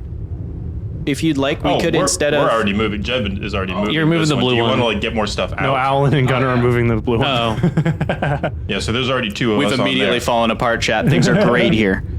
If it's easy, I think it'll be easier for our purposes in terms of flow to say on the airship's turn, you can have the crew unload any 2 items, regardless of creature count, just to make it simpler to manage. Okay. I'll have 2 things unloaded from the ship. Great. You can And pick those I'll 2 pick things one of and these up. yep, you can pick those 2 things and unload them. Gunnar and Owlin are up with Zothkug on deck. Okay, so Gunnar and Alan, their move action is just going to be moving to put the power supply, the pylon in place. Where is that on this machine? Where like As long as it just needs is to be as long- connected. Yep, it just has to be in an Adjacent adjacent square. square. And then you are connecting the pylon. The pylon, for the chat's benefit, do you want to tell them what that does to the machine? Like, give us a little exposition. they are power regulators that, I mean, they enable the machine to function. That's what will power the machine that will combine the rods. Which, let me look at this sheet here. I'm sorry. That's okay. Connecting the pylon, is that an action? Or that's Lerodith does that? Yeah, Lerodith does Okay, that. So Lerodith will take care of that. So with you. after Gunnar and Alan move that to its position, I believe what we're gonna do is is this Lerodith? Yes. Okay. Just put her next to that. Cleo. And this will take Lerodith 3 turns to do. I've just rolled for her. So I've got the 3 in front of me and I'm tracking it. Okay, and it's 3 turns per pylon. Right. Okay. 3 turns. She's got to drag the cable, plug it in on one end, plug it in on the other end. Okay. 18 seconds. So then Alan will use the rest of his move action to like help move things because he has a lot of movement. Gunnar is going to. Sorry, you're out of time on your turn. Okay. Gunner's all right. Gunner's gonna help. Zothkug, that's you with Jeb and Cheddar on deck. Yep. So Zothkug will finish moving this crate Great. to next to the, because you just said they have to be next to it, right? I did. Yep. Okay. There we go. And that's his turn. Great. Jeb and Cheddar, that's your turn with the tension die on deck. Cheddar is continuing to draw. Jeb is going to continue to move this pylon. Great. That brings us to the tension die. And then that's going to bring us back to the top of initiative order. Did we all with- hear that? Like our characters heard that? Yeah, sure. Randy calls you from the airship. Hey, I've started to mess with that radio thingy you gave me. I think I'm picking something up. Okay. Yes. And that brings us to Fox with the airship up next. All right. If we can set up like a chain, I'll just start moving stuff. Somebody else pick it up halfway. Yes, I like that. If you can move small stuff fast, it'd be good to tuck it behind that cliff over there for protection. I wouldn't want anybody busting these things up. I'm gonna go ahead and move this pylon I just picked up with my hand and move it to next to the other pylon I've already moved. Okay. Pylon City over there. Just pile it on. Yep. Remember activating. So once the scatter is in the right place, you can then activate it with the actions that apply it to the machine. Okay, that brings us to the airship's turn. So 2 more things can be unloaded from the airship and put on the cliff. And after that, it'll be Gunnar and Owlin with Zothkug on deck. What are the supply crates? Is that just some of the barrels? So the supply crates are the barrels are different sizes, so they're all denoted.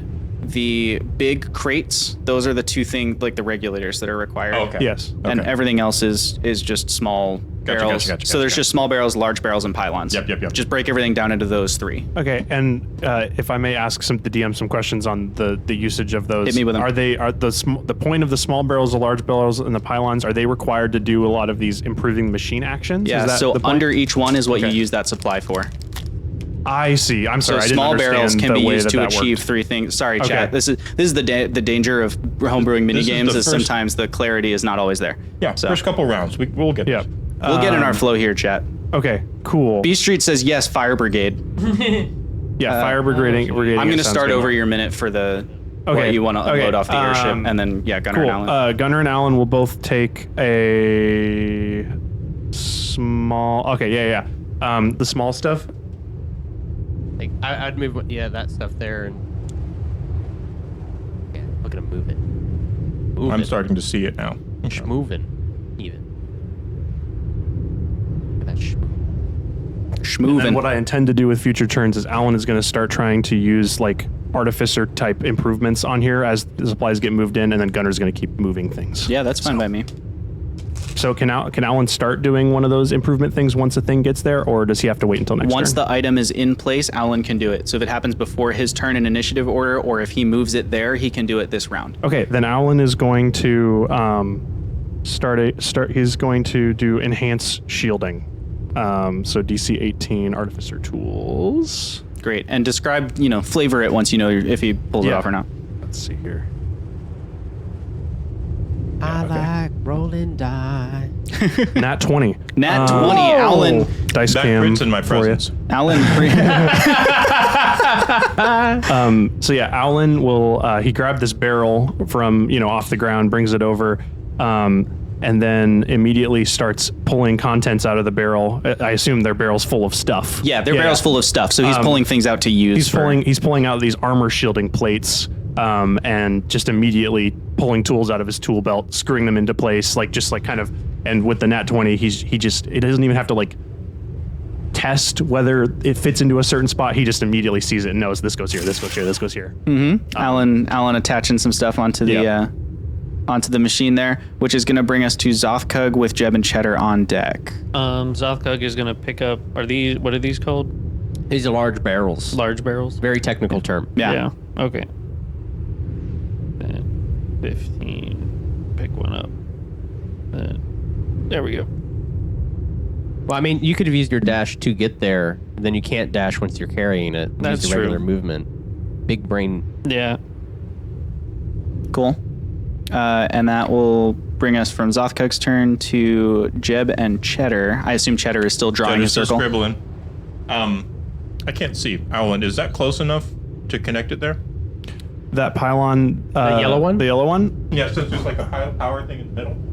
Oh no, it's right over. Sorry, chat. There's some looking at the map happening right here, so we're away from our. I should have put a mic right over the table. That's okay. There we go. So the power pylons, it looks like they only need to be 1 square from each other. Also, they can be daisy chained. Is that Yes, what I'm they can be saying? daisy Great, chained. That's cool. fine. You can connect it in any way you like, as Cool. long as it's all It's all touching. connected. Cool. Yeah. Do you want it there or do you want it further in? Daisy chaining it right there. Well, it does make it harder, or that makes the route to move things longer. So if we could move it to the other side, that might be nice. I know that it takes longer. Well, Lerodith is busy. It's gonna go over the top. Okay. And then that'll get moved to the other side. Yeah. Well, it'll get the walk in between the power pylon, but it's still connected. Oh, it's still connected there. Okay, cool. I was gonna say you could just move it to the other side of the main machine because you got time. Lerodith is still hooking up the other one. That's true. And back here, and Jeb would like to do that's his bonus action for just controlling the hand. He'd Right. like to do a perception check look out on the horizon. It's still dark, moonlight. Yeah, So- dark moonlight. He's got some good dark vision. Great. And just for a sense of time for the chat who weren't here at the last session, the sun has just disappeared behind the horizon maybe 10 minutes ago. So it's early night, but dark night. 16. The dark night rises. 16 perception check. Jeb, with his perception check, does start to see some stuff. Starts to notice some things up Do on they the... look like small dots or big dots? They look or- like figures Oh, up there. up on the top of the cliffs. Oh. He sees 2 little figures, Ooh. and he sees the back of a third little figure disappearing into the distance of the mountains. That's strange. Just for how many squares is this across? So I don't have to go 1, 2, 3, 4, 5, 5, 5. Oh, I don't know. Okay, well, I'll go. Don't worry about it. He doesn't have any action because he used his for his perception. I'll blah blah blah blah blah blah blah it. Unless you want to blah blah blah blah. Looks like blah, blah. 25. I think it's 25. From there to him. I think it's 25 by 25 on the long sides. Okay. 14 from where you are to him. 14 or 15. Times 5, obviously. 24 by 24 is what it looks like, which makes 75? sense because it's probably a 2 foot by 2 foot thing. Yeah. Okay. Okay. That's going to bring us to Lerodith working on the machine, so she only needs 1 more round after this to finish the first battery connection. Cool. And then it's going to bring us to the third tension die of our game. Ooh. 120 feet in diameter is our distance. We are killing it out here, chat, with the That's tension 60 die. from the middle to the edge. There is a small, shall we say, whistling noise as the point where that black circle is on the map is impacted by a shell which blows up. Anybody in the immediate, like, touching that square needs to make a dexterity save. I don't think I Anybody's think we're there. close. None of you are? Okay, Yeah. great. So in that case, nobody is damaged by it. You can take that black token off the map and give it back to me. Take that back. Technically, the hand of Jebediah is. Okay, the hand of Jebediah then is in danger here. It has an AC of 20. Okay. I don't think it can make dexterity saving throws. I could make a Arcana check or something. if I'll you just want. give it half the damage that would have normally been dealt, and Okay. we'll pretend that works out. Actually, I'll let you give it half the damage. Jake, roll 46. Okay. Wow, it has hit points equal to my maximum. It's Wow. got 70 hit That's points. cool. Yeah, it's never come up in game before. 4, 5, 6, 7, 8. Plus 6 is 14. 14 damage. Okay. 14 damage. There it is. Kaboom. And this thing just, slams into the... Dichotomy of sound slams effects. into the field. We're going to come back to Fox here with the airship on deck. Did you say anything yet, Jeb? I don't think I did, All right. but I would say, oh crap! When that thing blows up and the hand in front of him like blocks him from the debris. Well, that was close. Woo! All right, let's keep moving supplies. All right, and Fox, seeing what Zoth is starting the daisy chain, will continue the daisy chain. Okay. And Are we on the second round of combat or the third? this is the third round of Third round. combat. Lerodith will finish her first piece of the machine at this stage. Am I going crazy? Has Zoth had a turn yet? Yes. Yes. Okay. I'm He sorry. goes before me. No, Cool. You're good. Great. You're good.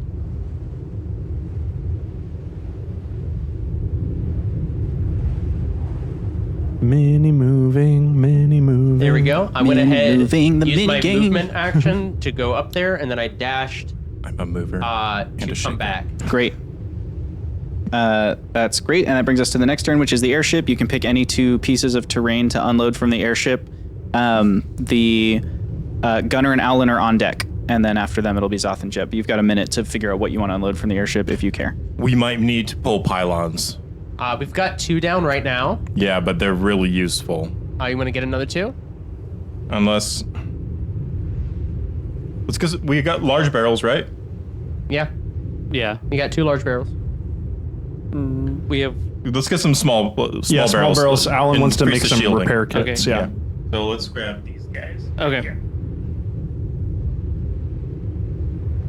And just to make sure I haven't missed anything, we've only connected the one reinforced shielding from Alan, and Lerodith's doing the battery, right? That's all we've Yes. connected so Yeah. far. Great. So far. Do we have like anything we can put down as a token to say that we like connected it? I think Josh is just keeping track of it. Yeah, I've just Okay. been increasing the machine stats as you tell me what you do. Nice, Okay. nice. Okay, and that brings us to the next turn, which is Gunnar and Owlin with Zothkug on deck. Okay, so Gunnar is going to keep moving things. So I'm going to use Gunnar to move things. And then Owlin, let's see, what else is at the spot? Alan can connect things. Owlin is going to prep a repair kit. Okay. Using his, so that he can then repair the thing in the Yep. future. So that's using one small barrel. I'm going to write down that Owlin has Great. repair kit for it. And then, I'm going to Those who might look towards Alan would see that he's he pops open a barrel, pops the lid off of it, and he's just pulling out tools and like little kind of bandages and welds and stuff like that and arranging them near the machine so that if they need it later to make repairs, he's ready to go in and do it. Duct tape and JB weld. Mechanically, this is enabling him later to make an Artificer Tools check to increase the hit points of the machine, sort of like casting a healing spell. You're doing great, Alan. You're in your element. Just stay focused. You're in your element. Yes, thank you. That's going to bring us down to Zothkug with Jeb and Cheddar on deck. So Zothkug will dash over here. So that's 5. And Okay. then grab that. Cool.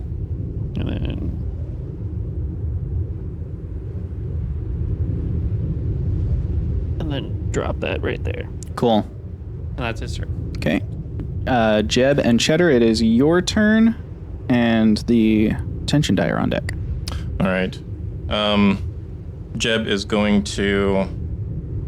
Don't forget about our bottom Yeah. action. Pretty good action. Fortified there. terrain, yeah. Yeah.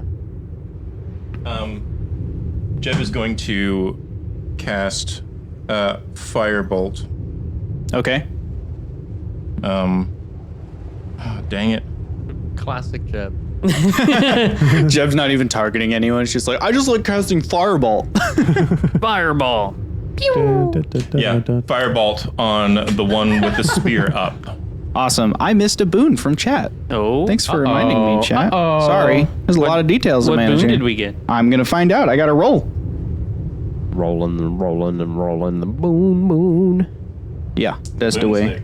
We'll do the boon right now to make up for the fact that I missed it. Boons. Okay. You all are, you're feeling extra peppy. You're feeling extra rallied. The next time it is your turn, you can take one extra action. Ooh. Nice. Oh, great. Okay. Okay. 20 points of fire damage at the fish dude on the left. Fish dude on the left, rip that guy. He's not dead, but Okay. you attacked him. I'm gonna say we got 2 bogeys on the mountain behind us, Cool. and one of them is currently on fire, so he's kind of lit up. Yeah. Cheddar's gonna continue scribbling, and I'll help Jeb if you guys can keep this up. Yes. I'm going to bonus action move the hand, Okay. grab this one. Get right there. Great. The hand has moved. Awesome. And so we find ourselves. It's just a at- really big one of those sticky hands where you like bling it. It's the tension die's turn. And who gave that guy a turn? All right. And Lerodith has completed the first battery connection. She has a move action, so you can put her at the next battery if you want to like get her ready to start on that the next turn. And she has an extra action, so she can start on it this turn. Yay. So this is counting as 3. The next time we hit initiative 20, she'll have 2 turns left to go. Great. Okay. So she's working on that. Also, that's okay. I got spares. Don't worry about that one. The point is that they're supposed to be kind of random. So Gotcha. 2 more of these little dudes Little dude bros. come up onto the cliff, and also, being that you set one of them on fire, this guy's going to leave that guy. 2, 3, 4, and run forward. This dude, 1, 2, he's gonna try and jump it. It's a big jump. It is a 10 big feet. jump. He's just gonna knock his 18 chin on the right die. on the other side. Boom. He makes the jump to the other side, Oh man. and you hear a great, like, chattering cry kind of go up into the night and echo around you in the distance at the same time as Randy's like, hey guys, I'm still hearing stuff over the... Counter-Strike C2. And then we move into the next part of initiative order, which will bring us back to the top of initiative, where it is Fox's turn with the airship on deck. So for my free action, Yep. I'm going to use that to fortify terrain, Okay. which looks like I'm rolling a dex sleight of hand. Yes. Chat, for your understanding, we have a mechanic called Oceans that we came up with during our heists. They're like flashbacks to like on the the die. preparation I did before. They grant you the ability to do a retroactive skill check or lay a trap that you can justify as having been able to lay. So what he's doing right now is, rather than telling us exactly how he prepares, he can come up with the preparation when he knows the situation. As a reaction, any character can trigger an Ocean who has them available. So that's what Fox is up to right now. So I went ahead, got an 8 on the die. Now, for all of you who are out there and aware of my character, you might recognize that I am Rogue 11, or you might not, because I never showed you or said anything. But I am Rogue 11. That is not my call sign. I am 11 levels of Rogue, and I have, what is it called? Reliable Talent, which means, because I rolled an 8, it's actually a 10. Nice. And 10 plus 10 is a non-nat 20. So I got a non-nat 20. With a survival DC of 18, that does mean I succeed in gaining 2 oceans Nice. that, if I'm to understand this correctly, I use at my discretion whenever. Yeah. Yep. Anytime. You're gaining Oceans to use throughout this session. Okay. Make sure you write down how many oceans you Yes, have. track that somewhere, because I'm not. I don't, if you ask me, I'm like, I don't know. You got no Oceans. Put that in front of you. That's just gonna remind you that you have them, and then write down how many you have. I've That is got a dope looking little 30 gem thing. oceans. Okay, and now DM that I'm going to didn't use say my no. actual action and Okay. movement here. I forgot to start your 1 minute timer. That's on me. Don't forget in the future that 1 minute timer, like, it's not changing just because you have more actions.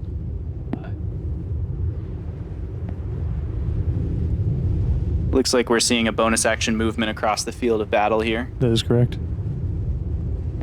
Just sprinting.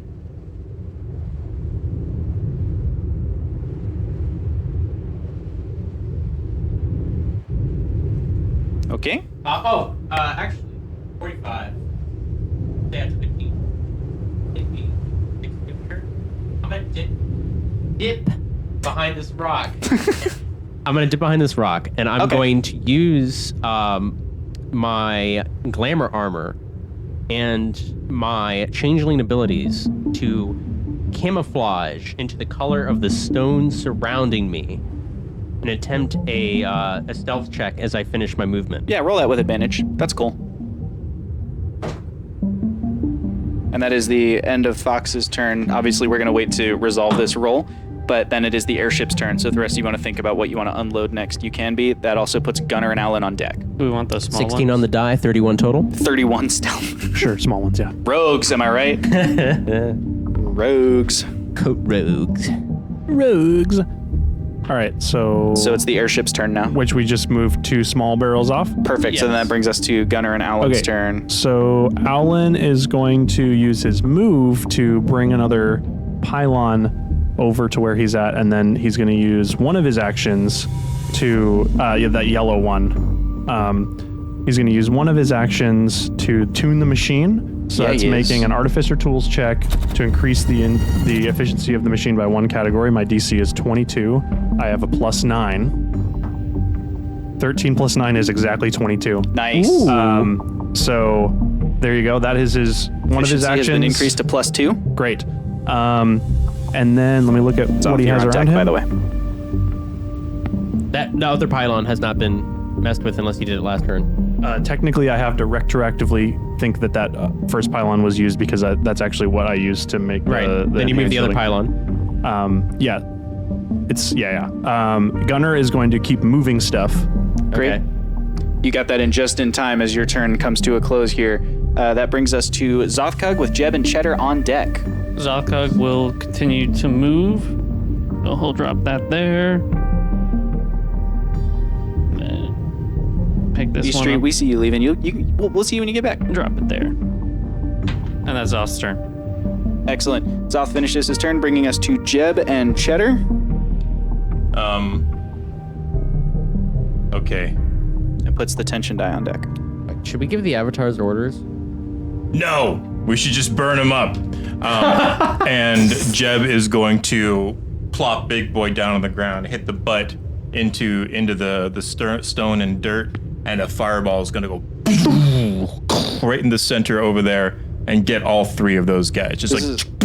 This is great, and it's going to totally happen exactly how you said, but just in case we have anyone joining us who hasn't watched for the whole campaign, can you explain what Big Boy is? Oh, Big Boy, you might not be able to see it on his back. Big Boy is a big rifle-sized blunderbuss that Jeb has that Owlet actually wonderfully made for him way back in the day. Beautifully and wonderfully made. Beautifully and wonderfully made. Jeb is a gun wizard, so he casts all of his spells. All three of those. All three of these are Yeah, the guy that jumped away probably was smarter than he realized. the one who got away. I love being smarter than I realized. Also, chat, in case you saw me move that die, it's because I took it off the nat 20 it landed on and put it on a 14 because it got bumped after it finished rolling. I ain't fudging my numbers. Don't come at me.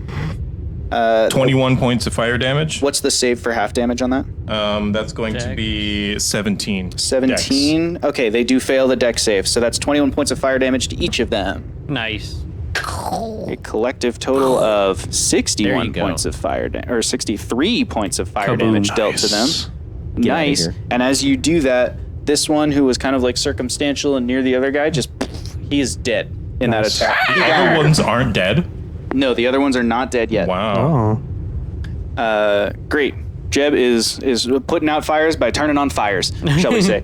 And that brings us to the tension die. I'm so sorry. I rolled 66. It's supposed to be 86. So you can add another 8 points of damage on it, so it'd be a total of 29. Great. While I do that, we're going to clear the tension pool. Would you do the honors of rolling the 6 tension die? Remember, every one is a complication. What was that extra damage, Wash? 29 total. It was an extra 8. So Great. we did miss one of these. I'll move it up so you can see it. We got a 2, we got a 2, we got a 1, we got a 4, we got a 6. Is there one over here? No. We got a complication. We got one complication. Is it 5? Yeah, it's 5 die, right? Yeah. We got a complication.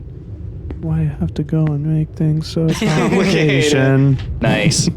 Love that.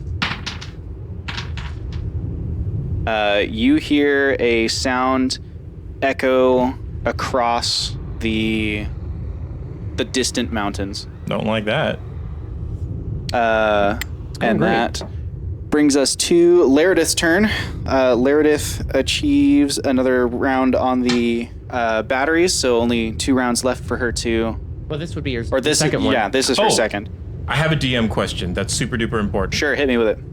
Cheddar, he gets 2 actions, right? And Jeb got an extra action? Just the one time, like the first time that it came back around to your turn.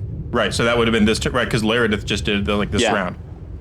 Cheddar is preparing, he's casting a spell and it's taking rounds. Can he get 2? Sure. Okay. Fine with me. And that brings us to the... Ooh, okay. Then it's the homies' turn. Yo, the homies! Yeah, the homies are going to... They're going to be nice, right? The homies are going to throw an arcing amber cipher onto the field of battle. A big red flare shoots up into the air. Randy goes, guys, I'm hearing another... On C3. And at the same time as that happens, both of these two are impacted by airstrikes. There's nobody within the range of damage on them as these airstrikes come slamming down onto the point. I can take those 2 round tokens back. And we're also going to give some move actions to our don't know foes. why I keep making Foxes sound on effects. deck, and then the airship after that. So 1, 2, You 3, got some 4, clearly 5. masterful sound effects. 1, is true. 2. I don't have a ton of them though. I just try to put the big ones in there. They're gonna go. Actually, he's gonna go the other way.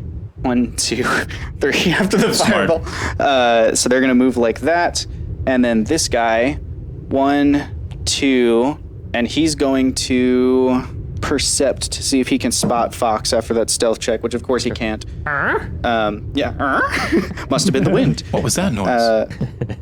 And that will bring us around to Fox's turn in initiative order with the airship on deck, if you want to start thinking about what terrain you'll unload next. And I don't know if this has been mentioned yet, but B Street granted a boon.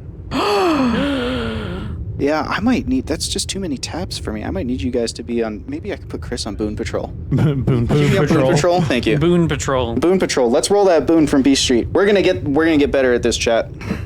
Okay. Your boon is boon number 7. Ooh. Boon number Lucky 7. boon number 7. Lucky boon number 7. You gain 6 temporary hit points as you sample the snacks that Clara prepared for you. Thank you, Clara. Amazing. Clara's Thank the you, B best. Street. All right. Okay.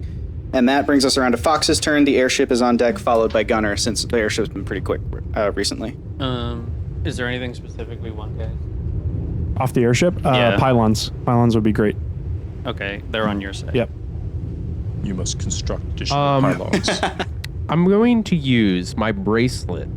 Okay. And I believe with it, I have a 70% chance to move 60 feet instantly, as if though it's 5 feet. So how do we want to? I guess you would roll a percentile dice. Yeah. Yeah. So let me roll a percentile to see if I get it You to would have work. to roll Yeah. under 75%. Yes. Nat 100. Just kidding. What is it? That's a 64, I believe. Nice. 64. That works. All right. Or is it a 94? I think that's a 9 actually. Oh, no. It doesn't work. Oh, no. I'm sorry. All right.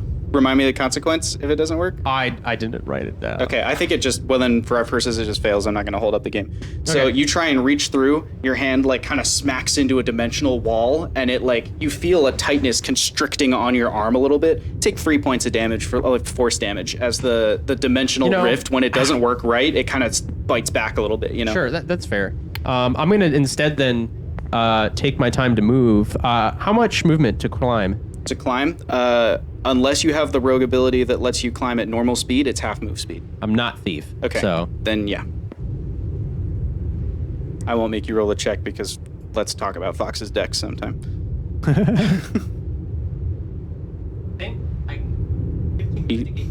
Yeah, I think that's up there. He's up there. all right, that's my movement, and then we're gonna just sweep him Okay. and hope maybe he falls off in the sweep attempt. Okay. Blade leg. extended, of With course. the leg. Sure. Roll another stealth check for me as Fox climbs, because climbing right under his feet, I think, would be an opportunity for him to hear or see you. I mean, that's an opportunity for him to try to perceive 31. Yeah, he's not going to see you. So you Sorry. sneak right up to him. Yeah. You do that video game thing where you like crouch in the one pixel that's not part of the AI look path. All right, and then boop boop boop boop. You roll at advantage. Do I roll at advantage? Because Oh yeah, I'm stealthing. You're a rogue. I know what I'm doing, guys. Maybe. All right, and then that's yep. All right. I think that's a 20. A 20. Dirty 20. That's going to Yeah. hit, yeah. Dirty 20 to hit, and Yep. then I'm gonna roll all that damage. Yeah, roll that damage. Yeah. Got 1, 2, 3, 4, 5, 6, plus a D8, plus 4. I can't see what the other two dice All right, ended up. 16 plus 3 is 19 plus 4 is 23. Nice. 23 damage to the homie. I did 29. La homie. It's La not, home. It's whatever. it's not a competition unless I do more. Not a competition unless I'm winning. That's right. As we all know. We didn't start yet. Great. So that's going to bring us to the airship's turn. We've got Gunner and Alan on deck. Yeah, we got did the airship. 2 pylons off the airship. So Gunner and Alan, you'll take your turn. Zothkug, you're on deck. All right. Gunner is going to keep transporting the large barrel he is carrying. Cool. Alan is going to see if he can grab a pylon and see how far he can move that. And if he can, he's going to try to do some stuff. Okay. That 30 feet for Gunner because he's trying to dash. Great. Yep. The moon stares down ominously as you all are working. There's a little bit of a wondering in the air. Why is it just these 4 little dudes? What That's what a could little this scary. What does this mean? Why are there only 4 of them? What could be happening Adventures and right vibes. now? Yeah. What could be happening right now? All right, so those are them, and yeah, that's what they do. All right, Zothkug, it is your turn. Jeb and Cheddar, you're on deck. Can Zothkug enhance the shield? I think, or increase machine base AC. I think is that shielding? Yes. You don't have any artificer? Oh wait. I can use wait. survival. Let me. I guess maybe I'm. Yes, looking at enhanced the wrong thing. shielding. Yes, you can use survival. Yeah. Sorry. Yep. I will do that. Zothkug picks up a drill. Yep. I'm in. Natural 1. Is it? Yeah. Dang. It's a natural 1. Yeah. Ugh. Chronal shift. There you go. Roll it again. You got Natural those- 20. Is it really? Yes, it is. It's really Let's a natural freaking 20. go. Natural 20. Best chronal shift. Instead of an increase of 1 for the AC, I'll give you an increase of 2 as Zothkug follows Let's go. instructions. Nice. He's got the little go. IKEA manual in front of him with like the little pictures in it that Lerodith I has want to doodled. imagine that know? he's looking at the manual, goes to drill while still looking at the manual, was about to hit the main power line, and you're yeah. like, chronal shifting, moves over to the right. Yeah, Zothkug like blurs backwards and you get a chance to... Alan is holding his pylon, like awkwardly trying to shout advice to Zoth, but it's like not really useful. He's just like, try Left! Like, yeah. Left! Your other left! And that's Zoth's turn. Okay, great. So then Jeb and Cheddar, that's your turn. We've got the tension die and the villains on deck. Hey, it's my turn, and Is it my your pencil turn? fell on the floor under the table. Oh, but that's get okay. got. It's Get okay. got. Thank you. This is round 6, correct? Yes. All right.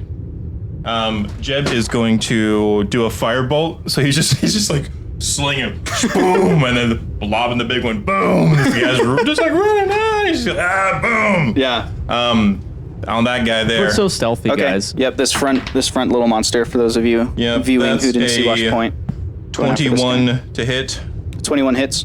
and he does 3d10. That guy.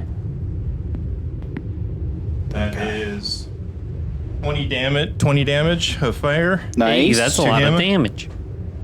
And that is that one a save or no? No, that's a roll No. to hit. You just rolled a hit. he rolls to hit. He's dead. He gone.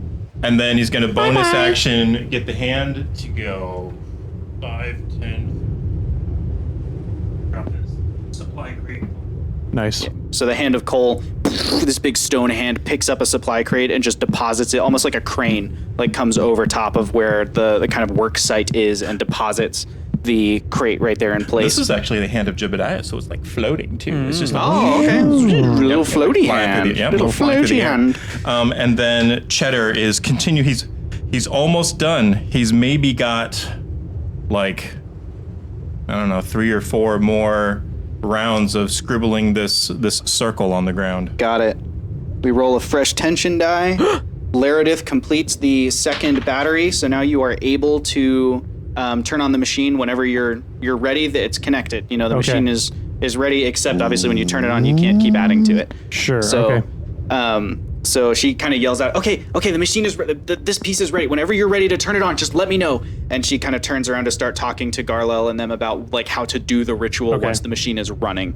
I believe that we want to increase the efficiency and the odds of this thing actually successfully igniting. I agree. A before- 60% chance of success is probably not enough for It us. seems a bit low. Yes. Yes.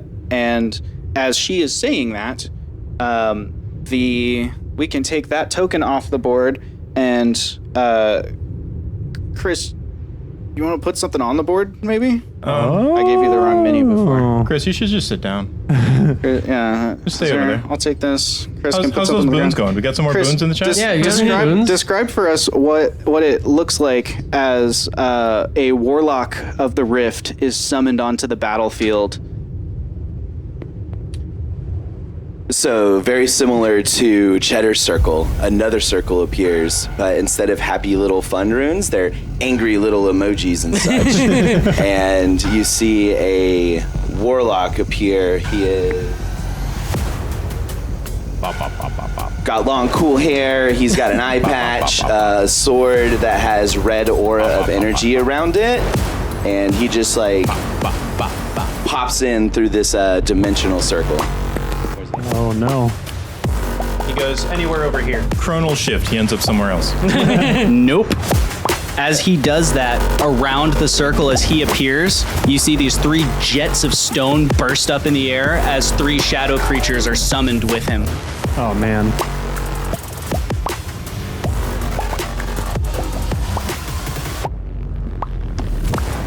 One, 2, and this one's on that side of the stone. Here. Yeah, over there. Oh. So these 3 shadow creatures just appear on the battlefield, and then you get your turn in addition to arriving. So he explains to you see him talking to his shadow mooks, I believe is the word that we have here. His shadow mooks, and he says, "Well, we can't have this," and he is going to generate a giant circle of death around the machine. Oh, no. So anyone within that 20-foot radius has to make a save, or they take Mark a your spot. ton of damage. It's a 20-foot radius. Counter spell. Okay. Oh, snap. It is a 5th level spell, I believe, or Yeah. 6th level spell. Let me double check. 6th level casting. Yeah, 6th level spell. Wow. It's already getting the intense. Yeah. This is what I feel. Please hold. This is important. Please hold, and your call will be connected shortly. This is 1-800-counter. Chat has also granted a boon at this time. Ooh. Thank you for Thank you, holding Chad. for counter spells, intuitive thinking, Inc. I am going to burn a 5th level counter spell and nullify it. I believe it's a 6th level spell. Circle of Death. It's a Oh, it 6. is? Yeah, it is. It's a 6th level spell. But you could burn a 5th level and the roll would be a little easier.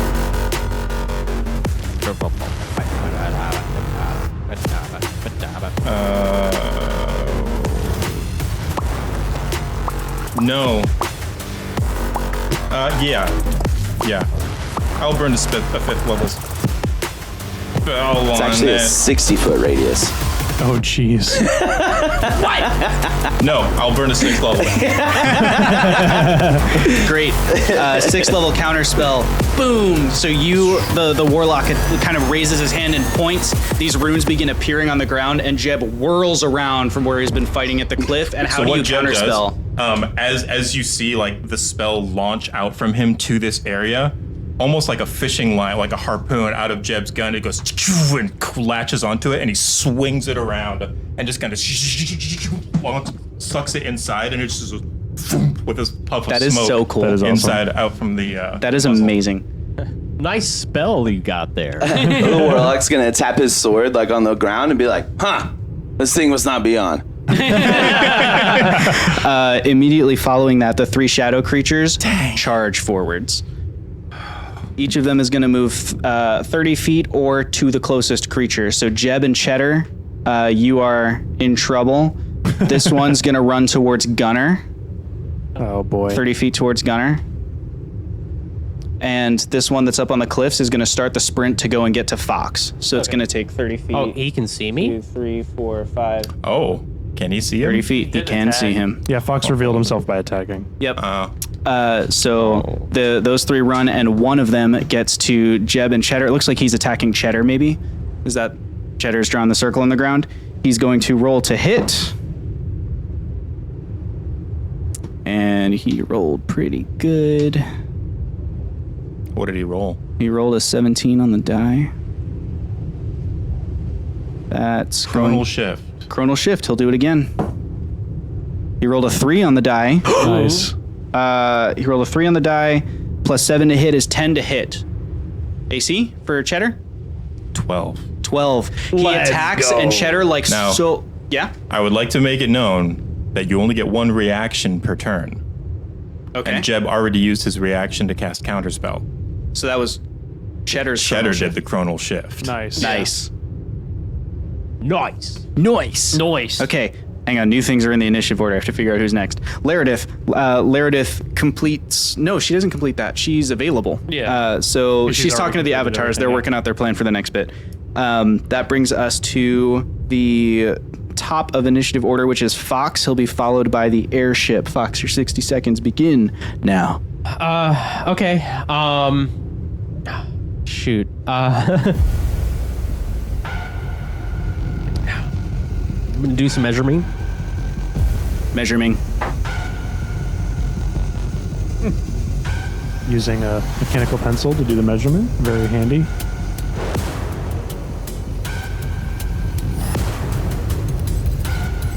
Checking out the geometry.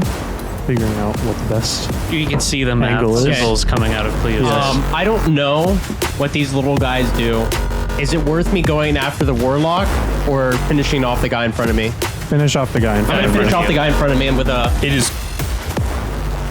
is crucial that Cheddar survive. Okay. I don't know that Fox can do it well. Sorry, I'll stay. Yeah, no, you're good. But do what you will. Zoth can help with that. I will stab the guy in front of me. 3 on the D8. What's on the D20? 6. 6 on the D20. And okay, so that's 16. 16 hits, All right. and unfortunately your minute has ended. So although you'll get this attack, we won't have any more actions after that. Hit me with that damage, though. You rolled less than the first time. I don't get sneak attack anymore, right? No, he know you there. Okay. I think that's 5 piercing. Yes. But I was double checking something, but it's don't worry about it. Don't worry about it. I'll apply it next turn if it's true. Great, you hit him for 5 piercing damage, and that brings us to the airship's turn. You also hear from on board the airship, you hear the roar of a dire wolf, and you hear Tactus go, "They're mine!" He's going to enter initiative Nice. On initiative order 19. So not quite yet. yeah, not quite. He's after the airship. Nice. So he is now on deck. Alan is gonna yell out, I don't think we need more stuff. I think it's time to support tactically with the airship. All right. So I guess the airship's taken off as soon as Tactus gets off. Sure. So then after that, Tactus is going to leap off the airship with his wolf. When his wolf moves more than 40 feet, which is 20 feet off the airship, and it looks like another 5, 10, 15, 20 feet to that creature, his wolf is able to pin that creature to the ground, which Nice. it's going to do. So with a snarl, his wolf is going to roll to hit. His wolf rolls a total of... A lot, because he's a wolf, right? Right? One would hope, right? That's a... He's got that Conrod too. We don't even That's know true. what it does. Yep, he rolls enough. That Conrad creature is Tactus. prone as the wolf leaps over it, jowls mean strength? dripping saliva on it, and it Oh, pierces God. with its throat to hold it in place. The shadow creature takes some piercing damage. Unfortunately, it seems like the piercing damage is not as effective as you might have expected it to be against that creature. But it does take some damage as the wolf snarls into it. From above it, while the wolf is pinning it, Tactus raises his warhammer up into the air and just takes a swipe like he's golfing off the top of his wolf. So his wolf is holding it by the neck. He goes for the feet, trying to break the knees, Tactus is going to roll to hit. He has advantage because the creature is grappled by someone else. He rolls a natural 20. Yes. What an entrance to the battlefield for Yes. Tactus the Unyielding as he crits against this creature. He is unyielding. Expected of a rod wielder. That's true. He deals, that is 30 points of bludgeoning damage. Maybe rod bearer. Sounds cool. That sounds cool. Okay, 30 points of bludgeoning damage, and you actually see bits of shadow energy break off and burst into sensory noises. Nice. You hear creepy little laughters, and you hear of water. Can and Jeb all try sorts to of stuff. control it? No, it's not that much energy. Okay. When they die, there's enough energy released. This is just flavor. Oh, I thought you said he died. My bad. No, he just hits him and Yeah. hurts him a bit. That's going to bring us I'm to cool with Gunnar hitting and and Alan with Zothkug on deck. Gunnar, your minute is now. Behind you, Gunner. Gunnar is going to immediately turn and fight the shadow Hello creature there. that is attacking him.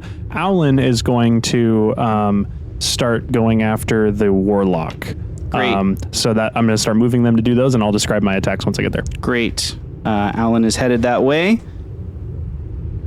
Alan, as you walk past Jeb, he holds out. blow you up. He holds out a scroll, and Baton Okay. hands it off to you. Okay, if Alan takes a glance at it, can he recognize what it is? Yes, Okay. it is a scroll of the Platinum Shield of Kotix. Oh. How long would it take to use? I believe it's just an action to cast it. It's an action to cast it. And what does Platinum Shield of Kotix do? Platinum Shield of Kotix. Let's name something different. It makes you look really cool. It gives you a ton of stuff. There it goes. You get 3 things. You are in half cover, which means you get +2 AC. AC. Thank you. You get resistance to acid, cold, fire, lightning, and poison damage, and you essentially get Is that a boon? You get the evasion thing, where it's like if there's a big, you can was the end you of his take half damage, or if you succeed, no, I'm just you'll saying in take 0 general, though. damage. Okay. And as a bonus action, you can give it to somebody within 60 feet of you. I see. Owlin will then spend his bonus action raging and his action, like he'll go up to the warlock, and as he approaches, his eyes crackle with lightning and his ethereal lightning wings. It's a bonus action to cast it. My bad. It's a bonus action to cast it. Okay, knowing that, Alan is not going to rage at first. First, he's going to take this scroll and unfurl it and shout whatever scroll thing. Like while he's running. Yeah, he'll shout whatever verbal commands he needs to make, and because he's not yet raging, his shout is a little bit like higher pitched than like his normal battle cry. And then he's going to use his 2 action attacks to use his Scimitar of Speed on the warlock. Okay. We'll roll. First attack is a 21. Second attack is a 24. Both hit, I believe. Okay. Yeah. Let me roll damage. I like a damage. And I cannot lie. 9 plus 12. 21 damage, slashing damage from the 2 strikes. Where did Alan's mini go? That's it. Wash I has have it. it. Oh, okay. I'm putting a platinum shield of Kotix on him. Okay. Ish. So we don't forget. No forget. And then if That's pretty good. Oh, that's cool looking. So and then Gunner will just a short sword attack, single attack the shadow creature. great. Roll to hit. 11 plus 6 is 17. 17. Just enough. Okay. Gunner hits with his short sword. How much damage? 7 damage. 7 damage. Ching. Let's see here. That would be Alan, how much damage did you do to the warlock? Oh shoot! I said it out loud, and now I 21? have 21. Yes, 21 total? All right. 21 slashing. Blackjack! Ding, ding, ding, ding, ding, ding. okay. That's going to bring us down to let's see. Gunner and Alan just went, so Zothkug's up, and then Jeb and Cheddar are on deck, followed by the Tension Die and Lerodith. So Zothkug will turn to face the Warlock, and he is going to cast Sacred Flame. Okay. That is a dexterity save on the Warlock's part. You showed up to the wrong neighborhood. Do you want me to roll for you? 15. That fails, so he's going to take 3d8 plus 5 radiant damage. Roll that. 4 plus 5 4, plus 6. 6. Yep. 15 radiant damage plus 5 is 20 total. Great. Radiant damage sound effect. And then all of the machine stuff are full actions. Yeah. Okay. Unless they say bonus action, but I don't think any of them do. But Yeah. I'd specify if they were. Okay. Then that's Zoth's turn. Okay. That brings us to Jeb and Cheddar with the Tension Die and Lerodith on deck. This is turn 7? I believe this is turn 8. 8.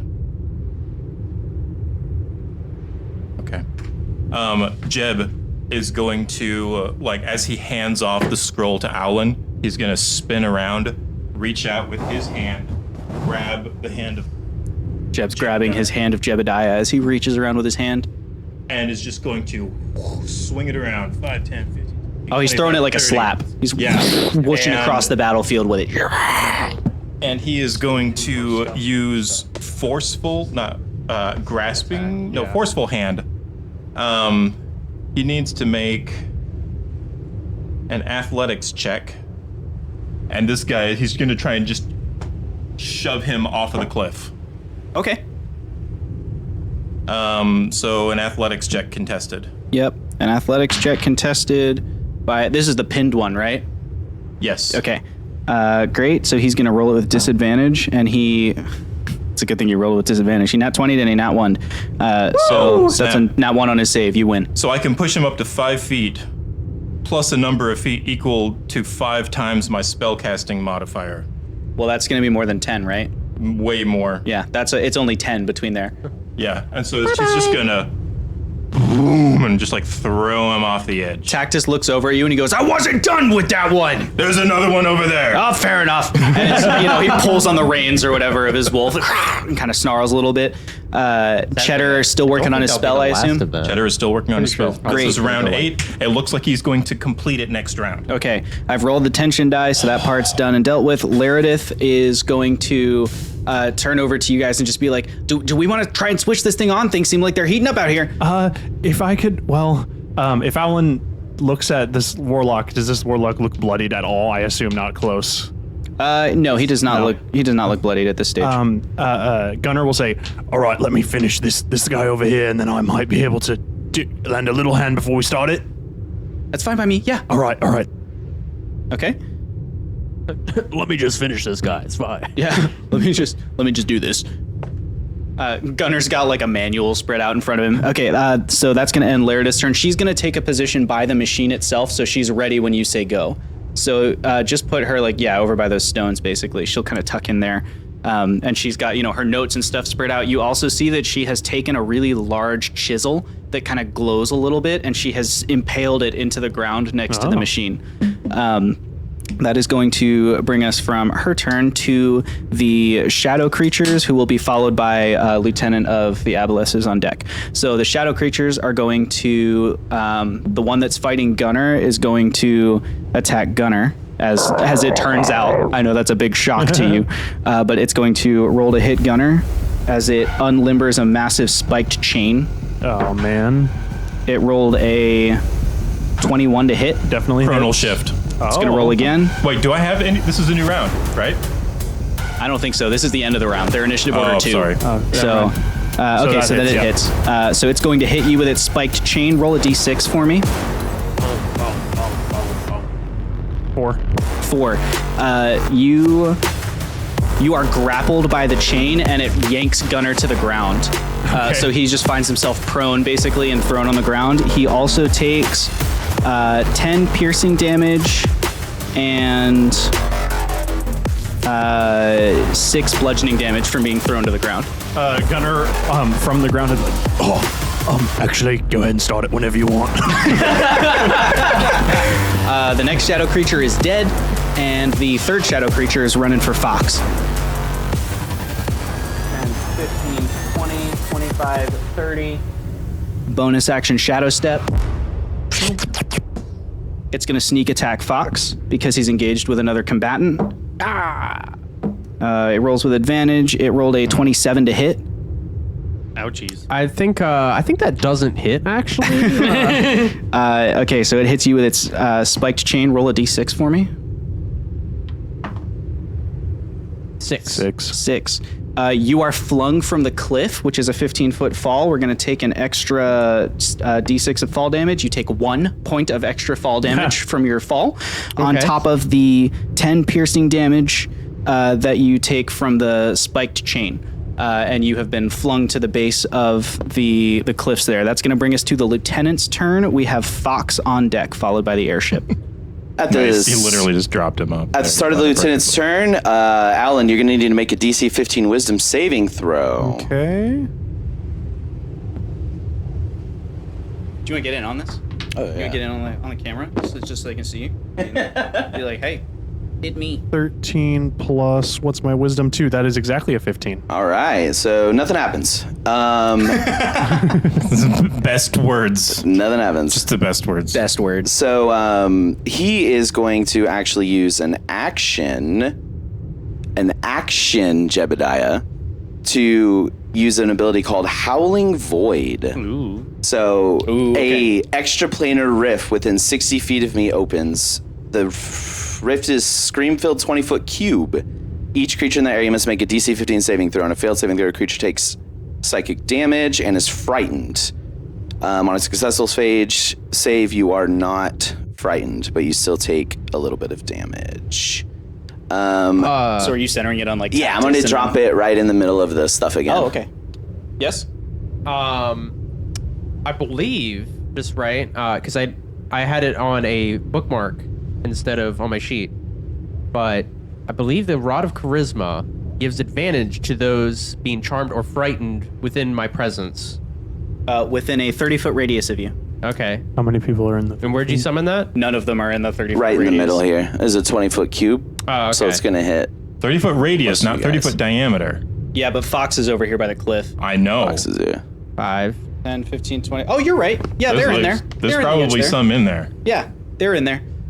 So it's all the avatars basically that you're going. I'm after. glad I Is that just right? dropped it instead of placing it. Is Gunner in that range as well? Gunner would definitely be in the range. Yeah, I mean within the range of this evil spell, the bad stuff. It's a 20-foot cube, and we're going to Okay. center it right where we centered the last one. Okay. So probably not. I- Or yes. 5, 10, 15. Okay. Yeah, 100%. All of He's in the it, yeah. all of the avatars except Satonia succeeded on their checks. So Satonia is frightened and is going to use her reaction or her legendary action to dash away Okay. from where that is. So she's going to run into the corner here of the cliffs. And in fact, she'll even make, because that's not her total dash action, I'll give her a jump check to see if she can spring up onto the cliff. She can. So she's going to make the jump up onto the cliffs there and kind of hide behind this big rock outcropping. Yeah, something Okay. like that. The other three are in there, so they're taking the damage and in with the screams, but they're not frightened. They're like, yeah, this is casual. All right, so everyone that failed takes 6 damage, and everyone that passed takes 3. Okay, great. And it's psychic damage, if that matters. Cool. I'm then going to use one of my legendary actions per round to make a attack you- against. Aren't legendary actions on at the end of somebody else's turn? I think they're at the end of any creature's turn. Okay.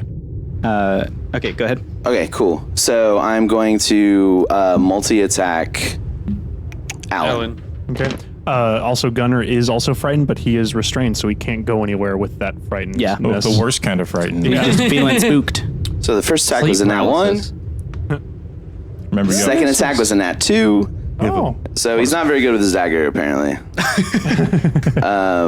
not so legendary. He just got summoned. You know, he's still got that summoning sickness. Yeah, literally summoning summoning sickness. That's the worst. Classic. All right. Especially when you travel internationally. That's why you bring ginger ale with you when you go through dimensional portals. Yeah, because otherwise you get Interplanar that travel. summoning lag, you know? Okay, and then and I think that's going to be his turn right now.